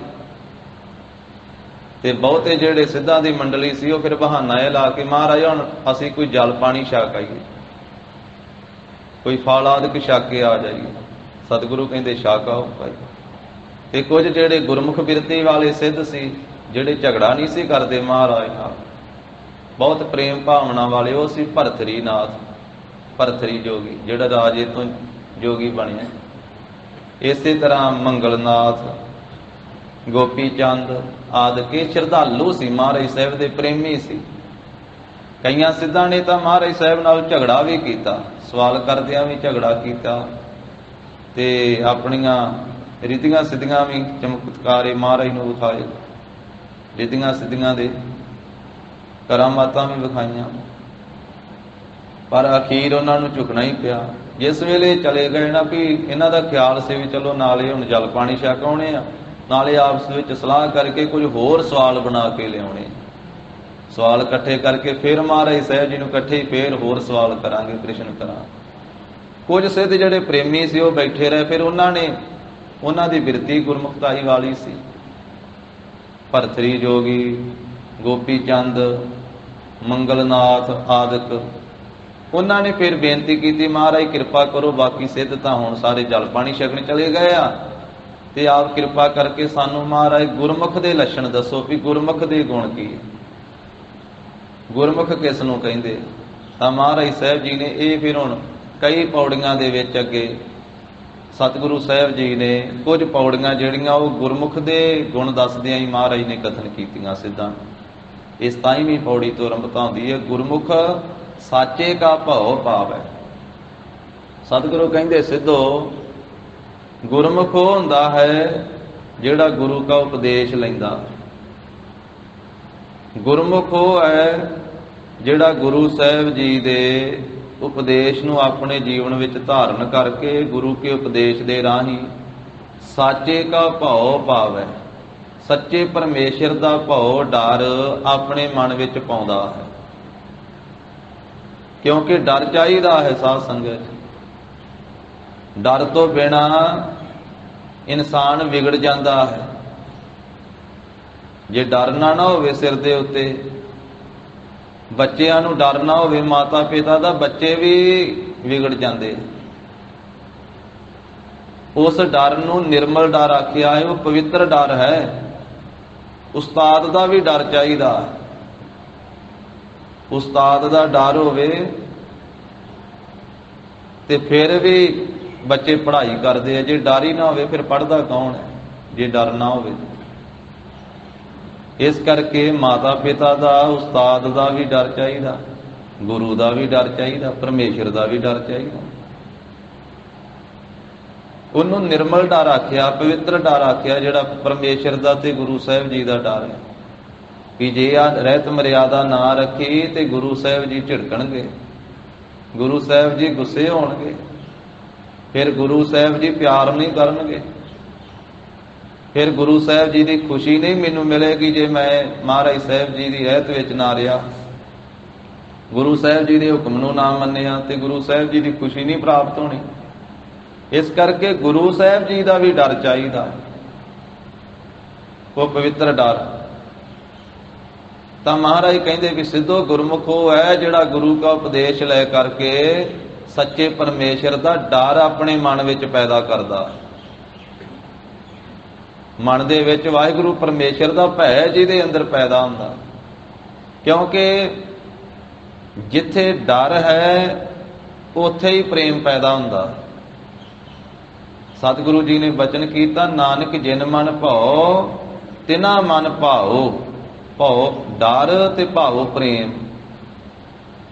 ਜਿਸ ਦੇ ਮਨ ਦੇ ਵਿੱਚ ਗੁਰੂ ਦਾ ਡਰ ਹੈ, ਪਰਮੇਸ਼ਰ ਦਾ ਭੈ ਹੈ, ਭਾਉ ਵੀ ਉੱਥੇ ਹੀ ਪੈਦਾ ਹੋਣਾ, ਪ੍ਰੇਮ ਵੀ ਉੱਥੇ ਹੀ ਪੈਦਾ ਹੋਣਾ। ਜਿੱਥੇ ਡਰ ਨਹੀਂ ਉੱਥੇ ਪ੍ਰੇਮ ਵੀ ਨਹੀਂ ਬਣਦਾ। ਤੇ ਗੁਰਮੁਖ ਉਹ ਹੈ ਸਿੱਧੋ ਜੋ ਗੁਰੂ ਦਾ ਉਪਦੇਸ਼ ਲੈ ਕਰਕੇ ਸੱਚੇ ਪਰਮੇਸ਼ਰ ਵਾਹਿਗੁਰੂ ਜੀ ਦੇ ਭੈ ਨੂੰ ਆਪਣੇ ਮਨ ਦੇ ਵਿੱਚ ਪਾਉਂਦਾ, ਆਪਣੇ ਹਿਰਦੇ ਦੇ ਵਿੱਚ ਵਾਹਿਗੁਰੂ ਜੀ ਦਾ ਡਰ ਧਾਰਨ ਕਰਕੇ ਰੱਖਦਾ। ਤੇ ਪਰਮੇਸ਼ਰ ਦਾ ਡਰ ਧਾਰਨ ਦਾ ਇਹ ਲਾਭ ਹੈ ਸਾਧ ਸੰਗਤ ਜੀ, ਜਿਹੜਾ ਵਾਹਿਗੁਰੂ ਦੇ ਭੈ ਵਿੱਚ ਰਹਿੰਦਾ ਹੈ, ਪ੍ਰਭੂ ਦੇ ਡਰ ਵਿੱਚ ਰਹਿੰਦਾ ਹੈ, ਉਹ ਫਿਰ ਪਾਪਾਂ ਦੇ ਭੈ ਤੋਂ ਮੁਕਤ ਹੋ ਜਾਂਦਾ ਹੈ। ਉਹ ਫਿਰ ਔਗਣਾਂ ਦੇ ਭੈ ਤੋਂ ਮੁਕਤ ਹੋ ਜਾਂਦਾ ਹੈ, ਫਿਰ ਵਿਕਾਰਾਂ ਦੇ ਡਰ ਤੋਂ ਮੁਕਤ ਹੋ ਜਾਂਦਾ ਹੈ, ਫਿਰ ਜੰਮਣ ਮਰਨ ਦੇ ਡਰ ਤੋਂ ਮੁਕਤ ਹੋ ਜਾਂਦਾ। ਜਿਸ ਨੂੰ ਪ੍ਰਭੂ ਦਾ ਭੈ ਪ੍ਰਾਪਤ ਹੋ ਜਾਵੇ ਉਹਨੂੰ ਫਿਰ ਜਮਦੂਤਾਂ ਦਾ ਭੈ ਨਹੀਂ ਕਰਨਾ ਪੈਂਦਾ, ਧਰਮ ਰਾਜਾ ਦਾ ਭੈ ਨਹੀਂ ਉਹਦਾ ਰਹਿ ਜਾਂਦਾ, ਨਰਕਾਂ ਦਾ ਭੈ ਨਹੀਂ ਰਹਿ ਜਾਂਦਾ, 84 ਲੱਖ ਜੂਨਾਂ ਦਾ ਡਰ ਮੁੱਕ ਜਾਂਦਾ ਉਸ ਦਾ, ਜਿਸ ਦੇ ਅੰਦਰ ਵਾਹਿਗੁਰੂ ਦਾ ਭੈ ਪੈਦਾ ਹੋ ਜਾਵੇ। ਸਿੱਧੋ ਗੁਰਮੁਖ ਉਹ ਹੈ ਜੋ ਸੱਚੇ ਪ੍ਰਭੂ ਦਾ ਭੈ ਆਪਣੇ ਮਨ ਵਿੱਚ ਧਾਰਨ ਕਰਦਾ ਹੈ ਤੇ ਦੂਸਰਿਆਂ ਦੇ ਅੰਦਰ ਵੀ ਵਾਹਿਗੁਰੂ ਜੀ ਦਾ ਭੈ ਪੈਦਾ ਕਰਦਾ ਹੈ। ਪਰਮੇਸ਼ਰ ਦਾ ਭੈ ਪੈਦਾ ਹੋਣਾ ਚਾਹੀਦਾ ਹੈ ਤੇ ਵਾਹਿਗੁਰੂ ਜੀ ਦਾ ਜਦੋਂ ਭੈ ਪੈਦਾ ਹੋ ਜਾਵੇਗਾ ਫਿਰ ਬਾਕੀ ਦੇ ਸਾਰੇ ਡਰ ਦੂਰ ਹੋ ਜਾਂਦੇ, ਕਿਉਂਕਿ ਵਾਹਿਗੁਰੂ ਨਿਰਭਉ ਹੈ, ਉਹਨੂੰ ਕਿਸੇ ਦਾ ਭਉ ਨਹੀਂ ਹੈ। ਜਿਹੜਾ ਜੀਵ ਉਸ ਵਾਹਿਗੁਰੂ ਦਾ ਭੈ ਧਾਰਨ ਕਰਦਾ ਹੈ ਨਾ, ਫਿਰ ਮਹਾਰਾਜ ਕਹਿੰਦੇ ਉਹਦੇ ਸਾਰੇ ਡਰ ਦੂਰ ਹੋ ਜਾਂਦੇ। ਇਹ ਜੀਵ ਤੂੰ ਆਪਣੇ ਜੇ ਸਾਰੇ ਡਰ ਦੂਰ ਕਰਨਾ ਚਾਹਣਾ ਹੈ ਤਾਂ ਫਿਰ ਵਾਹਿਗੁਰੂ ਜੀ ਦਾ ਡਰ ਤਾਂ ਤੈਨੂੰ ਧਾਰਨ ਕਰਨਾ ਹੀ ਪਵੇਗਾ, ਪਰਮੇਸ਼ਰ ਦਾ ਡਰ ਤਾਂ ਧਾਰਨ ਕਰਨਾ ਹੀ ਪਵੇਗਾ। ਨਿਰਭਉ ਜਪੈ ਸਗਲ ਭਉ ਮਿਟੈ, ਪ੍ਰਭ ਕਿਰਪਾ ਤੇ ਪ੍ਰਾਣੀ ਛੁਟੈ। ਜਿਨ ਨਿਰਭਉ ਜਿਨ ਹਰ ਨਿਰਭਉ ਧਿਆਇਆ ਜੀ, ਤਿਨ ਕਾ ਭਉ ਸਭ ਗਵਾਸੀ। ਜਿਹੜੇ ਨਿਰਭਉ ਦੇ ਲੜ ਲੱਗ ਗਏ, ਉਹਨਾਂ ਦਾ ਬਾਕੀ ਸਾਰਾ ਹੀ ਡਰ ਦੂਰ ਹੋ ਗਿਆ। ਪਰ ਨਿਰਭਉ ਦਾ ਡਰ ਉਹਨਾਂ ਨੂੰ ਧਾਰਨ ਕਰਨਾ ਪਵੇਗਾ, ਤਾਂ ਬਾਕੀ ਦੇ ਡਰ ਦੂਰ ਹੋਣਗੇ। ਪ੍ਰਭ ਕੀ ਸਰਣ ਸਗਲ ਭੈ ਲਾਥੇ, ਦੁੱਖ ਬਿਨ ਸੇ ਸੁਖ ਪਾਇਆ। ਗੁਰਮੁਖ ਆਪਣੇ ਹਿਰਦੇ ਵਿੱਚ ਵੀ ਪ੍ਰਭੂ ਦਾ ਡਰ ਧਾਰਨ ਕਰਦਾ ਹੈ, ਤੇ ਗੁਰਮੁਖ ਆਪਣੇ ਆਲੇ ਦੁਆਲੇ ਬਾਕੀ ਦੀ ਸੰਗਤ ਜਿਹੜੀ ਹੈ, ਉਹਨਾਂ ਗੁਰਮੁਖਾਂ ਦੇ ਮਨਾਂ ਵਿੱਚ ਵੀ ਵਾਹਿਗੁਰੂ ਪਰਮੇਸ਼ਰ ਦਾ ਭਉ ਭਾਵਨਾ, ਸ਼ਰਧਾ ਭਾਵਨਾ ਪੈਦਾ ਕਰਦਾ ਹੈ। ਗੁਰਮੁਖ ਬਾਣੀ ਅਕੜ ਕਢਾਵੈ। ਗੁਰਮੁਖ ਉਹ ਹੈ ਜੋ ਗੁਰੂ ਕੇ ਉਪਦੇਸ਼ ਦਾ ਧਾਰਨੀ ਹੋ ਕਰਕੇ, ਜਿਹੜੀ ਅਣਘੜਤ ਬਾਣੀ ਹੈ ਨਾ, ਜਿਸ ਆਪਣੀ ਬੋਲ ਬਾਣੀ ਦੀ ਰਚਨਾ ਠੀਕ ਨਹੀਂ ਹੈ,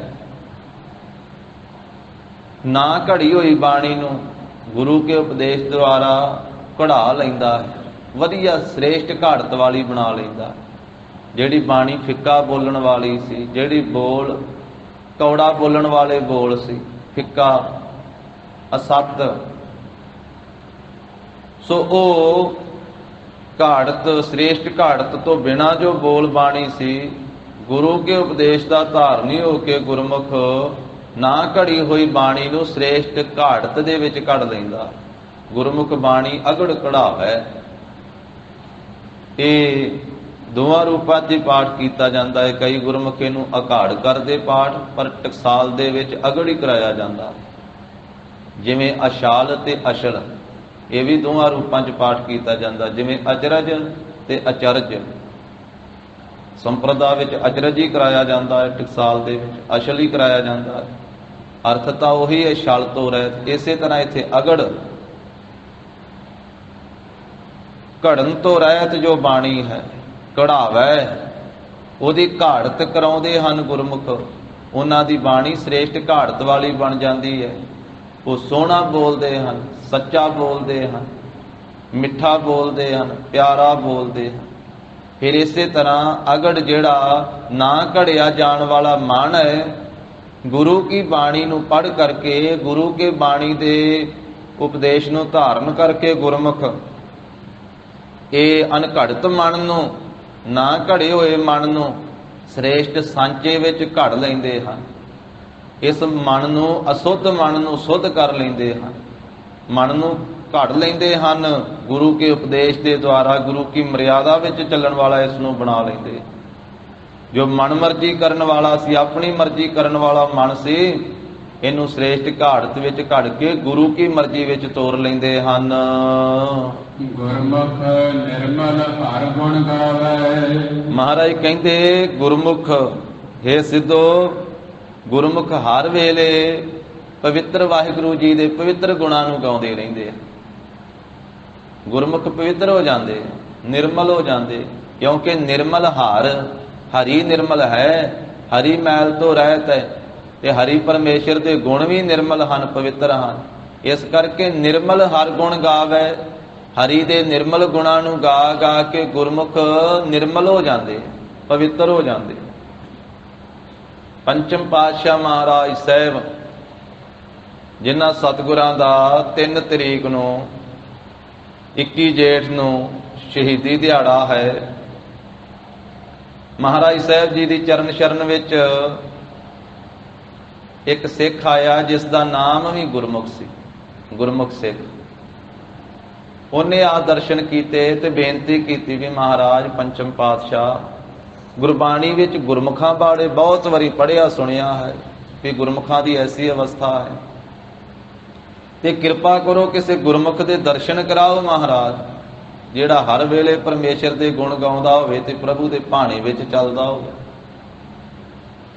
ਮੌਜ ਦੇ ਮਾਲਕ ਧੰਨ ਗੁਰੂ ਅਰਜਨ ਦੇਵ ਸਾਹਿਬ ਮਹਾਰਾਜ ਕਹਿਣ ਲੱਗੇ, ਸਿੱਖਾ, ਅਨੇਕਾਂ ਵਾਂ ਗੁਰੂ ਘਰ ਦੇ ਵਿੱਚ ਗੁਰਮੁਖ, ਤਾਂ ਕੱਲ ਤੈਨੂੰ ਐਸੇ ਸਿੱਖ ਦੇ ਦਰਸ਼ਨ ਕਰਾਉਂਦੇ ਹਾਂ ਜੋ ਹਰ ਵੇਲੇ ਪਰਮੇਸ਼ਰ ਦੇ ਭਾਣੇ ਵਿੱਚ ਰਾਜੀ ਰਹਿੰਦਾ, ਵਾਹਿਗੁਰੂ ਦੀ ਰਜ਼ਾ ਵਿੱਚ ਰਾਜੀ ਰਹਿੰਦਾ ਹੈ, ਤੇ ਹਰ ਵੇਲੇ ਪ੍ਰਭੂ ਦੇ ਗੁਣ ਗਾਉਂਦਾ ਹੈ। ਜਾਂ ਤੂੰ ਗੁਜਰਾਤ ਵਿੱਚ ਜਾ, ਗੁਜਰਾਤ ਵਿੱਚ ਜਾ ਤੇ ਭਾਈ ਭਿਖਾਰੀ ਆ ਉੱਥੇ ਸਾਡਾ ਸਿੱਖ, ਉਹਦੇ ਦਰਸ਼ਨ ਕਰਕੇ ਆ, ਉਹ ਗੁਰਮੁਖ ਹੈ। ਇੱਕ ਗੁਜਰਾਤ ਤੇ ਇਧਰ ਸਟੇਟ ਪੈ ਜਾਂਦੀ ਹੈ ਨਾ ਸਾਧ ਸੰਗਤ ਜੀ, ਜਿਵੇਂ ਮਹਾਰਾਸ਼ਟਰ ਤੇ ਗੁਜਰਾਤ, ਉਹ ਗੁਜਰਾਤ ਨਹੀਂ, ਇਹ ਪਾਕਿਸਤਾਨ ਦੇ ਵਿੱਚ ਗੁਜਰਾਤ, ਉਧਰ ਭੇਜਿਆ। ਜਿਸ ਵੇਲੇ ਪਹੁੰਚਿਆ ਸਿੱਖ, ਭਾਈ ਭਿਖਾਰੀ ਜੀ ਦਾ ਘਰ ਪੁੱਛਿਆ, ਨਾਮ ਭਾਈ ਭਿਖਾਰੀ ਸੀ, ਉਸ ਤਰ੍ਹਾਂ ਘਰੋਂ ਅਮੀਰ ਸੀ ਸਾਧ ਸੰਗਤ, ਧਨਾੜ ਸੀ, ਤੇ ਆਪਣੇ ਪੁੱਤਰ ਦਾ ਵਿਆਹ ਰੱਖਿਆ ਹੋਇਆ ਭਾਈ ਭਿਖਾਰੀ ਜੀ ਨੇ। ਘਰ ਵਿੱਚ ਹਲਵਾਈ ਲੱਗੇ ਆ, ਤਰ੍ਹਾਂ ਤਰ੍ਹਾਂ ਦੀਆਂ ਮਠਿਆਈਆਂ ਬਣ ਰਹੀਆਂ, ਰਿਸ਼ਤੇਦਾਰ ਵੀ ਆਉਣੇ ਸ਼ੁਰੂ ਹੋ ਗਏ। ਪਿਛਲੇ ਸਮੇਂ ਵਿੱਚ ਕਈ ਦਿਨ ਪਹਿਲਾਂ ਮੇਲ ਆ ਜਾਂਦਾ ਹੁੰਦਾ ਸੀ, ਹਫ਼ਤਾ ਪਹਿਲਾਂ ਹੀ ਵਿਆਹ ਸ਼ੁਰੂ ਹੋ ਜਾਂਦਾ ਸੀ ਪਿਛਲੇ ਸਮੇਂ ਵਿੱਚ। ਰਿਸ਼ਤੇਦਾਰ ਵੀ, ਨਗਰ ਵਾਲੇ ਵੀ ਨਾਲ ਕੰਮਕਾਰ ਕਰਾ ਰਹੇ, ਹਲਵਾਈ ਲੱਗੇ ਹੋਏ ਆ। ਭਾਈ ਭਿਖਾਰੀ ਜੀ ਦੇ ਨੌਜਵਾਨ ਪੁੱਤਰ ਦਾ ਵਿਆਹ ਹੈ, ਤੇ ਜਿਸ ਵੇਲੇ ਸਿੱਖ ਪਹੁੰਚਿਆ ਤੇ ਭਾਈ ਭਿਖਾਰੀ ਜੀ ਵੀ ਘਰ ਵਿੱਚ ਇੱਕ ਪਾਸੇ ਬੈਠੇ ਚੌਂਕੜਾ ਲਾ ਕੇ ਤੇ ਸੁਖਮਨੀ ਸਾਹਿਬ ਦਾ ਪਾਠ ਕਰ ਰਹੇ, ਸੁਖਮਨੀ ਸਾਹਿਬ ਦੀ ਬਾਣੀ ਪੜ੍ਹ ਰਹੇ। ਗੁਰੂ ਕੇ ਸਿੱਖ ਬਹੁਤ ਪਿਆਰ ਦੇ ਨਾਲ ਜਿੱਥੇ ਹੋਰ ਬਾਣੀਆਂ ਦਾ ਜਾਪ ਕਰਦੇ ਆ, ਉੱਥੇ ਸੁਖਮਨੀ ਸਾਹਿਬ ਦਾ ਪਾਠ ਪ੍ਰੇਮ ਨਾਲ ਕੀਤਾ ਜਾਂਦਾ। ਭਾਈ ਸਾਹਿਬ ਜੀ ਸੁਖਮਨੀ ਸਾਹਿਬ ਦਾ ਪਾਠ ਕਰ ਰਹੇ, ਪਾਸ ਬੈਠਾ ਸਿੱਖ ਜਾ ਕੇ ਜਦੋਂ ਸਮਾਪਤੀ ਹੋਈ, ਆਪਸ ਵਿੱਚ ਮਿਲੇ, ਨਮਸਕਾਰ ਕੀਤੀ, ਸਤਿ ਸ੍ਰੀ ਅਕਾਲ, ਗੁਰਬਾਰੇ ਅਕਾਲ। ਦੱਸਿਆ ਕਿ ਮੈਂ ਪੰਜਵੇਂ ਪਾਤਸ਼ਾਹ ਜੀ ਨੇ ਮੈਨੂੰ ਭੇਜਿਆ, ਆਪ ਜੀ ਦੇ ਦਰਸ਼ਨ ਕਰਨ ਵਾਸਤੇ ਆਇਆ। ਸਾਰੀ ਗੱਲਬਾਤ ਦੱਸੀ। ਜੀ ਆਇਆ ਆਖਿਆ ਭਾਈ ਭਿਖਾਰੀ ਜੀ ਨੇ, ਮੇਰੇ ਸਤਿਗੁਰੂ ਜੀ ਨੇ ਆਪ ਜੀ ਨੂੰ ਭੇਜਿਆ। ਜਲ ਪਾਣੀ ਛਕਾਇਆ, ਸੇਵਾ ਕੀਤੀ, ਤੇ ਘਰ ਦੇ ਵਿੱਚ ਫਿਰ ਜੋ ਹਲਵਾਈ ਲੱਗੇ ਹੋਏ ਸੀ ਉਹ ਸਾਰਾ ਵਿਖਾਇਆ। ਪੁੱਛਿਆ ਭਾਈ ਸਾਹਿਬ ਜੀ ਨੇ, ਆਉਣ ਵਾਲੇ ਸਿੱਖ ਨੇ, ਭਾਈ ਭਿਖਾਰੀ ਜੀ ਨੇ ਦੱਸਿਆ ਵੀ ਮੇਰੇ ਪੁੱਤਰ ਦਾ ਵਿਆਹ ਹੈ, ਆਨੰਦ ਕਾਰਜ ਹੈ, ਇਸ ਕਰਕੇ ਲੱਗੇ ਹੋਏ। ਉੱਥੇ ਰਿਹਾ ਸਿੱਖ। ਭਾਈ ਭਿਖਾਰੀ ਜੀ ਇੱਕ ਤੱਪੜ ਸੀਣ ਲੱਗ ਪਏ, ਬੋਰੀਆਂ ਇਕੱਠੀਆਂ ਕਰਕੇ ਤੱਪੜ ਸੀ ਰਹੇ। ਇੱਕ ਫੱਟਾ ਘਰ ਵਿੱਚ ਲਿਆ ਕੇ ਰੱਖਿਆ ਹੋਇਆ, ਉਹ ਕਾਹਦੇ ਵਾਸਤੇ? ਸਿੱਖ ਨੇ ਪੁੱਛ ਲਿਆ ਵੀ ਭਾਈ ਸਾਹਿਬ ਇਹ ਤਾਂ ਮ੍ਰਿਤਕ ਸਰੀਰ, ਇਹਦੇ ਤੇ ਲੈ ਕੇ ਜਾਈਦਾ ਵਾ, ਇਹ ਤੁਸੀਂ ਫੱਟਾ ਲਿਆ ਕੇ ਰੱਖ ਲਿਆ ਘਰ ਦੇ ਵਿੱਚ, ਇਹ ਤੱਪੜ ਸੀ ਰਹੇ ਹੋ? ਜਵਾਬ ਨਹੀਂ ਦਿੱਤਾ। ਕਹਿਣ ਲੱਗੇ ਵੀ ਇਹ ਪਤਾ ਲੱਗ ਜਾਵੇਗਾ ਤੁਹਾਨੂੰ। ਵਾਹਿਗੁਰੂ ਦੇ ਗੁਣ ਗਾਉਂਦਿਆਂ ਹੋਇਆਂ ਅਗਲਾ ਦਿਨ ਹੋਇਆ, ਭਾਈ ਸਾਹਿਬ ਜੀ ਦੇ ਪੁੱਤਰ ਦੀ ਬਰਾਤ ਚੜ੍ਹੀ, ਵਿਆਹ ਹੋ ਗਿਆ, ਆਨੰਦ ਕਾਰਜ ਹੋ ਗਿਆ, ਵਾਪਸ ਘਰੇ ਆਏ। ਉਹ ਰਾਤ ਪਈ, ਉਹੀ ਰਾਤ ਲੰਘੀ ਹੈ, ਇੱਕੋ ਹੀ ਰਾਤ, ਤੇ ਅਗਲੇ ਦਿਨ ਭਾਈ ਭਿਖਾਰੀ ਜੀ ਦੇ ਨੌਜਵਾਨ ਪੁੱਤਰ ਜੀ ਦਾ ਇੱਕ ਦਿਨ ਪਹਿਲਾਂ ਵਿਆਹ ਹੋਇਆ, ਆਨੰਦ ਕਾਰਜ ਹੋਇਆ। ਪੇਟ ਦੇ ਵਿੱਚ ਪੀੜ ਹੋਈ, ਸੂਲ ਪੈਦਾ ਹੋਇਆ, ਤੇ ਉਹ ਪੀੜ ਦੇ ਦਰਦ ਦੇ ਨਾਲ ਵਾਹਿਗੁਰੂ ਜੀ ਦੇ ਹੁਕਮ ਦੇ ਵਿੱਚ ਭਾਈ ਭਿਖਾਰੀ ਜੀ ਦਾ ਨੌਜਵਾਨ ਪੁੱਤਰ ਉਹ ਚੜ੍ਹਾਈ ਕਰ ਗਏ। ਇੱਕ ਦਿਨ ਹਾਲੇ ਹੋਇਆ, ਇੱਕ ਹੀ ਰਾਤ ਗੁਜ਼ਰੀ, ਆਨੰਦ ਕਾਰਜ ਤੋਂ ਬਾਅਦ ਚੜ੍ਹਾਈ ਕਰ ਗਏ। ਹਾਲੇ ਰਿਸ਼ਤੇਦਾਰ ਘਰ ਵਿੱਚ ਹੀ ਸਨ। ਜਿੱਥੇ ਖੁਸ਼ੀਆਂ ਮਨਾਈਆਂ ਗਈਆਂ, ਜਿੱਥੇ ਮਠਿਆਈਆਂ ਵਰਤਾਈਆਂ ਗਈਆਂ, ਉਸੇ ਥਾਂ ਦੇ ਉੱਤੇ ਹੀ ਇਹ ਸੋਗ ਦਾ ਮਾਹੌਲ ਬਣ ਗਿਆ। ਉਹੀ ਤੱਪੜ ਜਿਹੜਾ ਆਪਣੇ ਹੱਥੀਂ ਸੀਤਾ ਵਾਹੂ ਵਿਛਾ ਦਿੱਤਾ, ਸਾਰੇ ਉੱਥੇ ਬੈਠ ਕਰਕੇ ਪਰਚਾਉਣੀ ਕਰਨ ਲੱਗੇ, ਨਗਰ ਦੇ ਲੋਕ ਵੀ ਆਏ। ਉਹੀ ਫੱਟਾ ਜਿਹੜਾ ਇੱਕ ਪਾਸੇ ਰੱਖਿਆ, ਉਹਦੇ ਤੇ ਆਪਣੇ ਪੁੱਤਰ ਦਾ ਸਰੀਰ ਰੱਖ ਕਰਕੇ ਸਾਰਾ ਇਸ਼ਨਾਨ ਕਰਾ ਕੇ ਸ਼ਮਸ਼ਾਨ ਘਾਟ ਲਿਜਾ ਕੇ ਸੰਗਤਾਂ ਦੇ ਸਮੇਤ ਅੰਤਮ ਸੰਸਕਾਰ ਕੀਤਾ। ਧਰਮਸ਼ਾਲਾ ਆ ਕੇ, ਗੁਰਦੁਆਰੇ ਸਾਹਿਬ ਦਾ ਪਹਿਲਾ ਨਾਮ ਧਰਮਸ਼ਾਲਾ ਹੀ ਹੈ। ਪੰਜਵੇਂ ਪਾਤਸ਼ਾਹ ਤੀਕ ਗੁਰਦੁਆਰੇ ਸਾਹਿਬ ਦਾ ਨਾਮ ਧਰਮਸ਼ਾਲਾ ਹੀ ਰਿਹਾ। ਧਰਮਸ਼ਾਲਾ ਜਾ ਕਰਕੇ ਅਲਾਣੀਆਂ ਦਾ ਪਾਠ ਕੀਤਾ, ਸ਼ਮਸ਼ਾਨ ਘਾਟ ਦੇ ਵਿੱਚ ਕੀਰਤਨ ਸੋਹਿਲੇ ਦਾ ਪਾਠ ਕੀਤਾ। ਉੱਥੇ ਸਾਰੀ ਮਰਿਆਦਾ ਕਰਕੇ ਫਿਰ ਘਰੇ ਆਏ। ਸਿੱਖ ਨੇ ਉਸ ਮੌਕੇ ਦੇ ਉੱਤੇ ਸ਼ੰਕਾ ਤੇ ਸਵਾਲ ਕੀਤੇ ਰਾਤ ਨੂੰ ਬੈਠਿਆਂ ਹੋਇਆਂ ਵੀ ਭਾਈ ਸਾਹਿਬ, ਮੈਂ ਵੇਖ ਰਿਹਾ ਵੀ ਤੁਹਾਨੂੰ ਪਹਿਲਾਂ ਪਤਾ ਸੀ ਵੀ ਮੇਰੇ ਪੁੱਤਰ ਨੇ ਚੜ੍ਹਾਈ ਕਰ ਜਾਣਾ, ਤੁਹਾਨੂੰ ਪਤਾ ਸੀ ਨਾ, ਕਿਉਂਕਿ ਤੁਸੀਂ ਤੱਪੜ ਪਹਿਲਾਂ ਸੀ ਰਹੇ ਸੀ ਬੈਠੇ ਘਰ ਦੇ ਵਿੱਚ, ਤੁਸੀਂ ਪੱਟਾ ਪਹਿਲਾਂ ਲਿਆ ਕੇ ਰੱਖਿਆ ਸੀ ਘਰ ਦੇ ਵਿੱਚ, ਕੀ ਤੁਹਾਨੂੰ ਪਹਿਲਾਂ ਪਤਾ ਸੀ ਵੀ ਮੇਰੇ ਨੌਜਵਾਨ ਪੁੱਤ ਦੀ ਮੌਤ ਹੋ ਜਾਣੀ? ਭਾਈ ਭਿਖਾਰੀ ਜੀ ਨੇ ਆਖਿਆ, ਹਾਂ, ਗੁਰੂ ਅਰਜਨ ਦੇਵ ਸਾਹਿਬ ਮਹਾਰਾਜ ਪੰਜਵੇਂ ਪਾਤਸ਼ਾਹ ਦੀ ਕਿਰਪਾ ਦੇ ਨਾਲ ਮੈਨੂੰ ਪਤਾ ਸੀਗਾ, ਇਹ ਸੋਝੀ ਮਹਾਰਾਜ ਨੇ ਦਿੱਤੀ। ਫਿਰ ਦੂਜੀ ਗੱਲ ਉਸ ਸਿੱਖ ਨੇ ਆਖੀ, ਭਾਈ ਸਾਹਿਬ ਜੇ ਤੁਹਾਨੂੰ ਪਤਾ ਸੀ ਤੇ ਤੁਸੀਂ ਆਪਣੇ ਪੁੱਤਰ ਦੀ ਜਾਨ ਬਚਾਉਣ ਦਾ ਯਤਨ ਕਰਦੇ,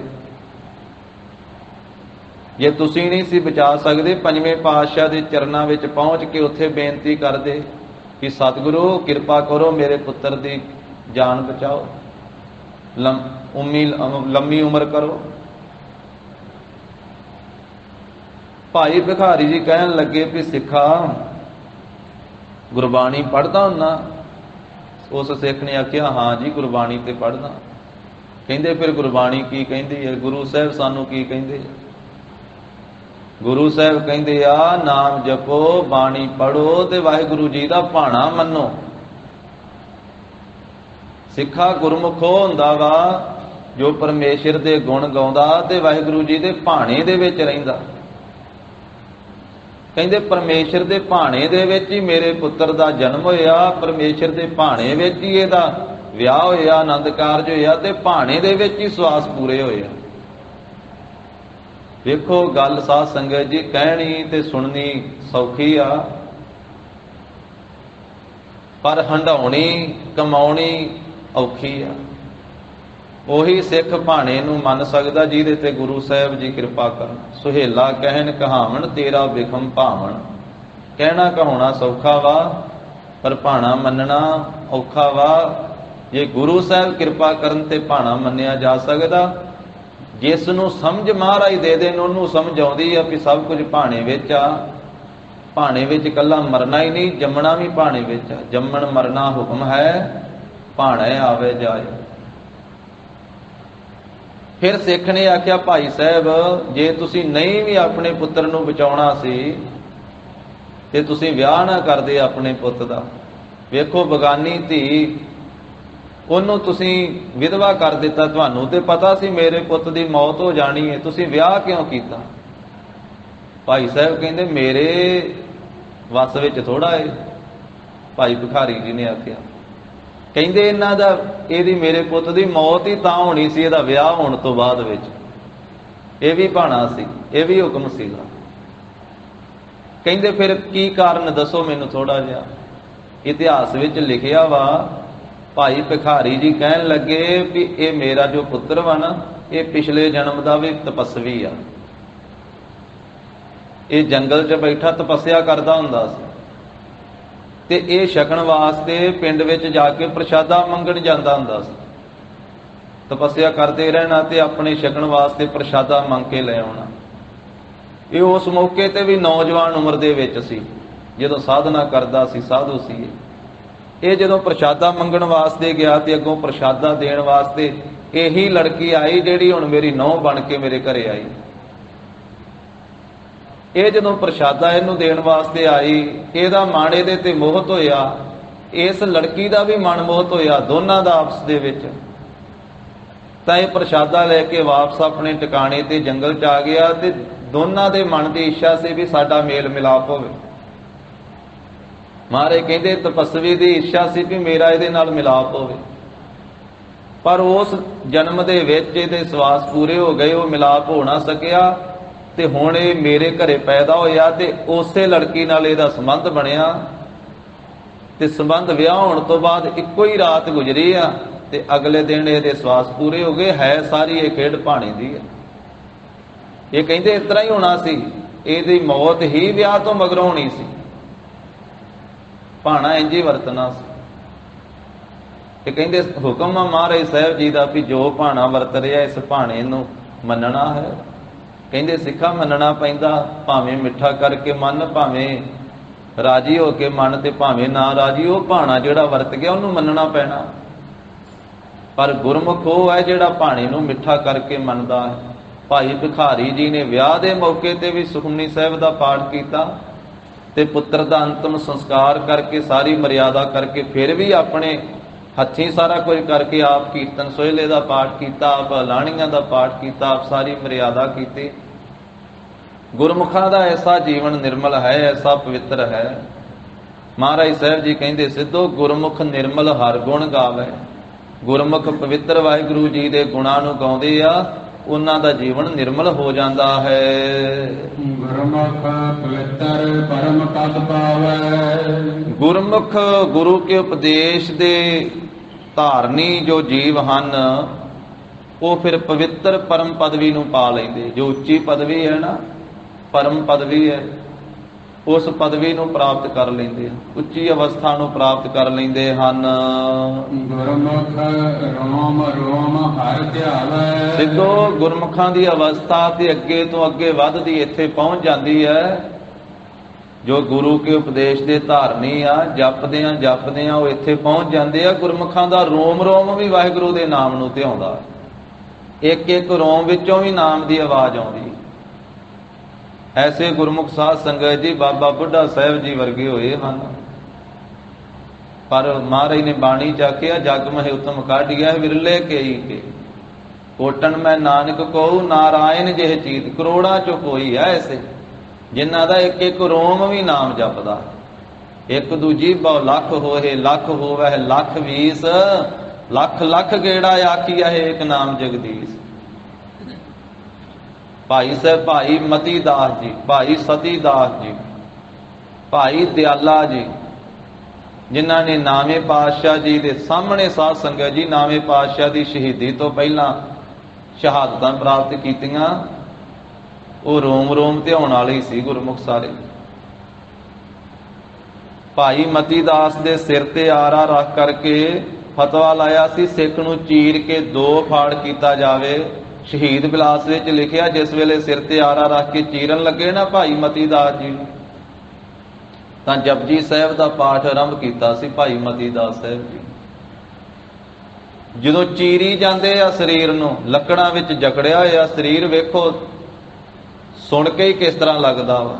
ਸਿੱਖ ਨੂੰ ਚੀਰਨਾ, ਲੱਕੜਾਂ ਵਿੱਚ ਜਕੜਿਆ ਹੋਇਆ ਸਰੀਰ ਆ ਤੇ ਚੀਰੀ ਜਾ ਰਹੇ ਆ ਸਰੀਰ ਨੂੰ। ਭਾਈ ਸਾਹਿਬ ਜਪਜੀ ਸਾਹਿਬ ਪੜ੍ਹੀ ਜਾਂਦੇ ਤੇ ਜਿਸ ਵੇਲੇ ਇਸ ਪੌੜੀ ਤੇ ਆਏ ਨਾ, ਪੰਚ ਪ੍ਰਵਾਨ ਪੰਚ ਪ੍ਰਧਾਨ ਪੰਚੇ ਪਾਵਹਿ ਦਰਗਹਿ ਮਾਨ, ਸਰੀਰ ਚੀਰਿਆ ਗਿਆ ਉਸ ਮੌਕੇ ਤੇ। ਇੱਕ ਟੋਟਾ ਇੱਕ ਪਾਸੇ ਸਰੀਰ ਦਾ ਅੱਧਾ ਹਿੱਸਾ ਡਿੱਗ ਪਿਆ, ਇੱਕ ਦੂਸਰੇ ਪਾਸੇ ਡਿੱਗ ਪਿਆ। ਧਰਤੀ ਖੂਨ ਨਾਲ ਲੱਥ-ਪੱਥ ਹੋਈ ਪਈ। ਪਰ ਦੋਵਾਂ ਸਰੀਰ ਦੇ ਹਿੱਸਿਆਂ ਦੇ ਵਿੱਚੋਂ ਸ਼ਹੀਦ ਬਿਲਾਸ ਗ੍ਰੰਥ ਕਹਿੰਦਾ ਹੈ ਵੀ ਲਗਾਤਾਰ ਜਪਜੀ ਸਾਹਿਬ ਦੇ ਪਾਠ ਦੀ ਆਵਾਜ਼ ਇਸ ਤਰ੍ਹਾਂ ਆਉਂਦੀ ਰਹੀ ਜਿਵੇਂ 2 ਸਿੰਘ ਬੈਠੇ ਪਾਠ ਕਰਦੇ ਹੋਣ, ਜਿਵੇਂ 2 ਪਾਠੀ ਸਿੰਘ ਇਕੱਠੇ ਬੈਠ ਕੇ ਭੋਗ ਪਾਉਂਦੇ ਆ। ਇਸ ਤਰੀਕੇ ਦੇ ਨਾਲ ਦੋਵਾਂ ਹਿੱਸਿਆਂ ਦੇ ਵਿੱਚੋਂ ਆਵਾਜ਼ ਆਉਂਦੀ ਰਹੀ ਤੇ ਉਹਨਾਂ ਚਿਰ ਨਹੀਂ ਆਉਣੋਂ ਰੁਕੀ ਜਿੰਨਾ ਚਿਰ ਜਪਜੀ ਸਾਹਿਬ ਦਾ ਸੰਪੂਰਨ ਪਾਠ ਨਹੀਂ ਹੋ ਗਿਆ। ਜਦੋਂ ਅਖੀਰਲੀਆਂ ਪੰਕਤੀਆਂ ਭਾਈ ਸਾਹਿਬ ਨੇ ਪੜ੍ਹੀਆਂ ਨਾ ਜਪਜੀ ਸਾਹਿਬ ਦੀਆਂ, ਜਿਨੀ ਨਾਮ ਧਿਆਇਆ ਗਏ ਮਸਕਤ ਘਾਲ, ਨਾਨਕ ਤੇ ਮੁਖ ਉਜਲੇ ਕੀਤੀ ਛੁੱਟੀ ਨਾਲ, ਫਿਰ ਭਾਈ ਸਾਹਿਬ ਜੀ ਦਾ ਸਰੀਰ ਸ਼ਾਂਤ ਹੋਇਆ। ਭਾਈ ਸਤੀ ਦਾਸ ਸਾਹਿਬ ਜੀ ਵੀ ਨਾਮ ਜਪਦਿਆਂ ਸ਼ਹੀਦ ਹੋਏ। ਭਾਈ ਦਿਆਲਾ ਜੀ ਵੀ ਸੁਖਮਨੀ ਸਾਹਿਬ ਦਾ ਪਾਠ ਕਰਦਿਆਂ ਦੇਗ ਵਿੱਚ ਉਬਲੇ। ਤੇ ਭਾਈ ਸਾਹਿਬ ਭਾਈ ਮਣੀ ਸਿੰਘ ਜੀ ਸ਼ਹੀਦ, ਉਹਨਾਂ ਤੇ ਜਦੋਂ ਫਤਵਾ ਲਾ ਕੇ ਲਾਹੌਰ ਦੇ ਵਿੱਚ ਭਾਈ ਸਾਹਿਬ ਜੀ ਨੂੰ 90 ਸਾਲ ਤੋਂ ਵੱਡੀ ਸਰੀਰ ਕਾਰਬਲਾ ਸੀ ਭਾਈ ਮਣੀ ਸਿੰਘ ਜੀ ਦੀ। 16 ਸਾਲ ਤੇ ਭਾਈ ਸਾਹਿਬ ਜੀ ਦਰਬਾਰ ਸਾਹਿਬ ਦੇ ਮੁੱਖ ਗ੍ਰੰਥੀ ਰਹੇ ਭਾਈ ਮਣੀ ਸਿੰਘ ਜੀ, ਸੱਚਖੰਡ ਸ੍ਰੀ ਹਰਿਮੰਦਰ ਸਾਹਿਬ ਜੀ ਦੇ। 7ਵੇਂ ਪਾਤਸ਼ਾਹ ਤੋਂ ਉਹਨਾਂ ਨੇ ਸਿੱਖੀ ਪ੍ਰਾਪਤ ਕੀਤੀ ਸੀ। 7ਵੇਂ ਪਾਤਸ਼ਾਹ ਦੇ ਚਰਨਾਂ ਵਿੱਚ ਵੀ ਭਾਈ ਮਣੀ ਸਿੰਘ ਜੀ ਰਹੇ। 8ਵੇਂ ਪਾਤਸ਼ਾਹ ਵੀ, 9ਵੇਂ ਪਾਤਸ਼ਾਹ ਵੀ, 10ਵੇਂ ਪਾਤਸ਼ਾਹ ਦੇ ਚਰਨਾਂ ਵਿੱਚ ਵੀ। ਤੇ ਜਦੋਂ ਹਜੂਰ ਸਾਹਿਬ 1708 ਈਸਵੀ ਸਨ ਨੂੰ ਗੁਰੂ ਗ੍ਰੰਥ ਸਾਹਿਬ ਮਹਾਰਾਜ ਨੂੰ ਗੁਰਿਆਈ ਦਾ ਤਖਤ ਬਖਸ਼ਿਆ, ਉਦੋਂ ਭਾਈ ਮਣੀ ਸਿੰਘ ਜੀ ਚੌਰ ਬਰਦਾਰ ਸਨ।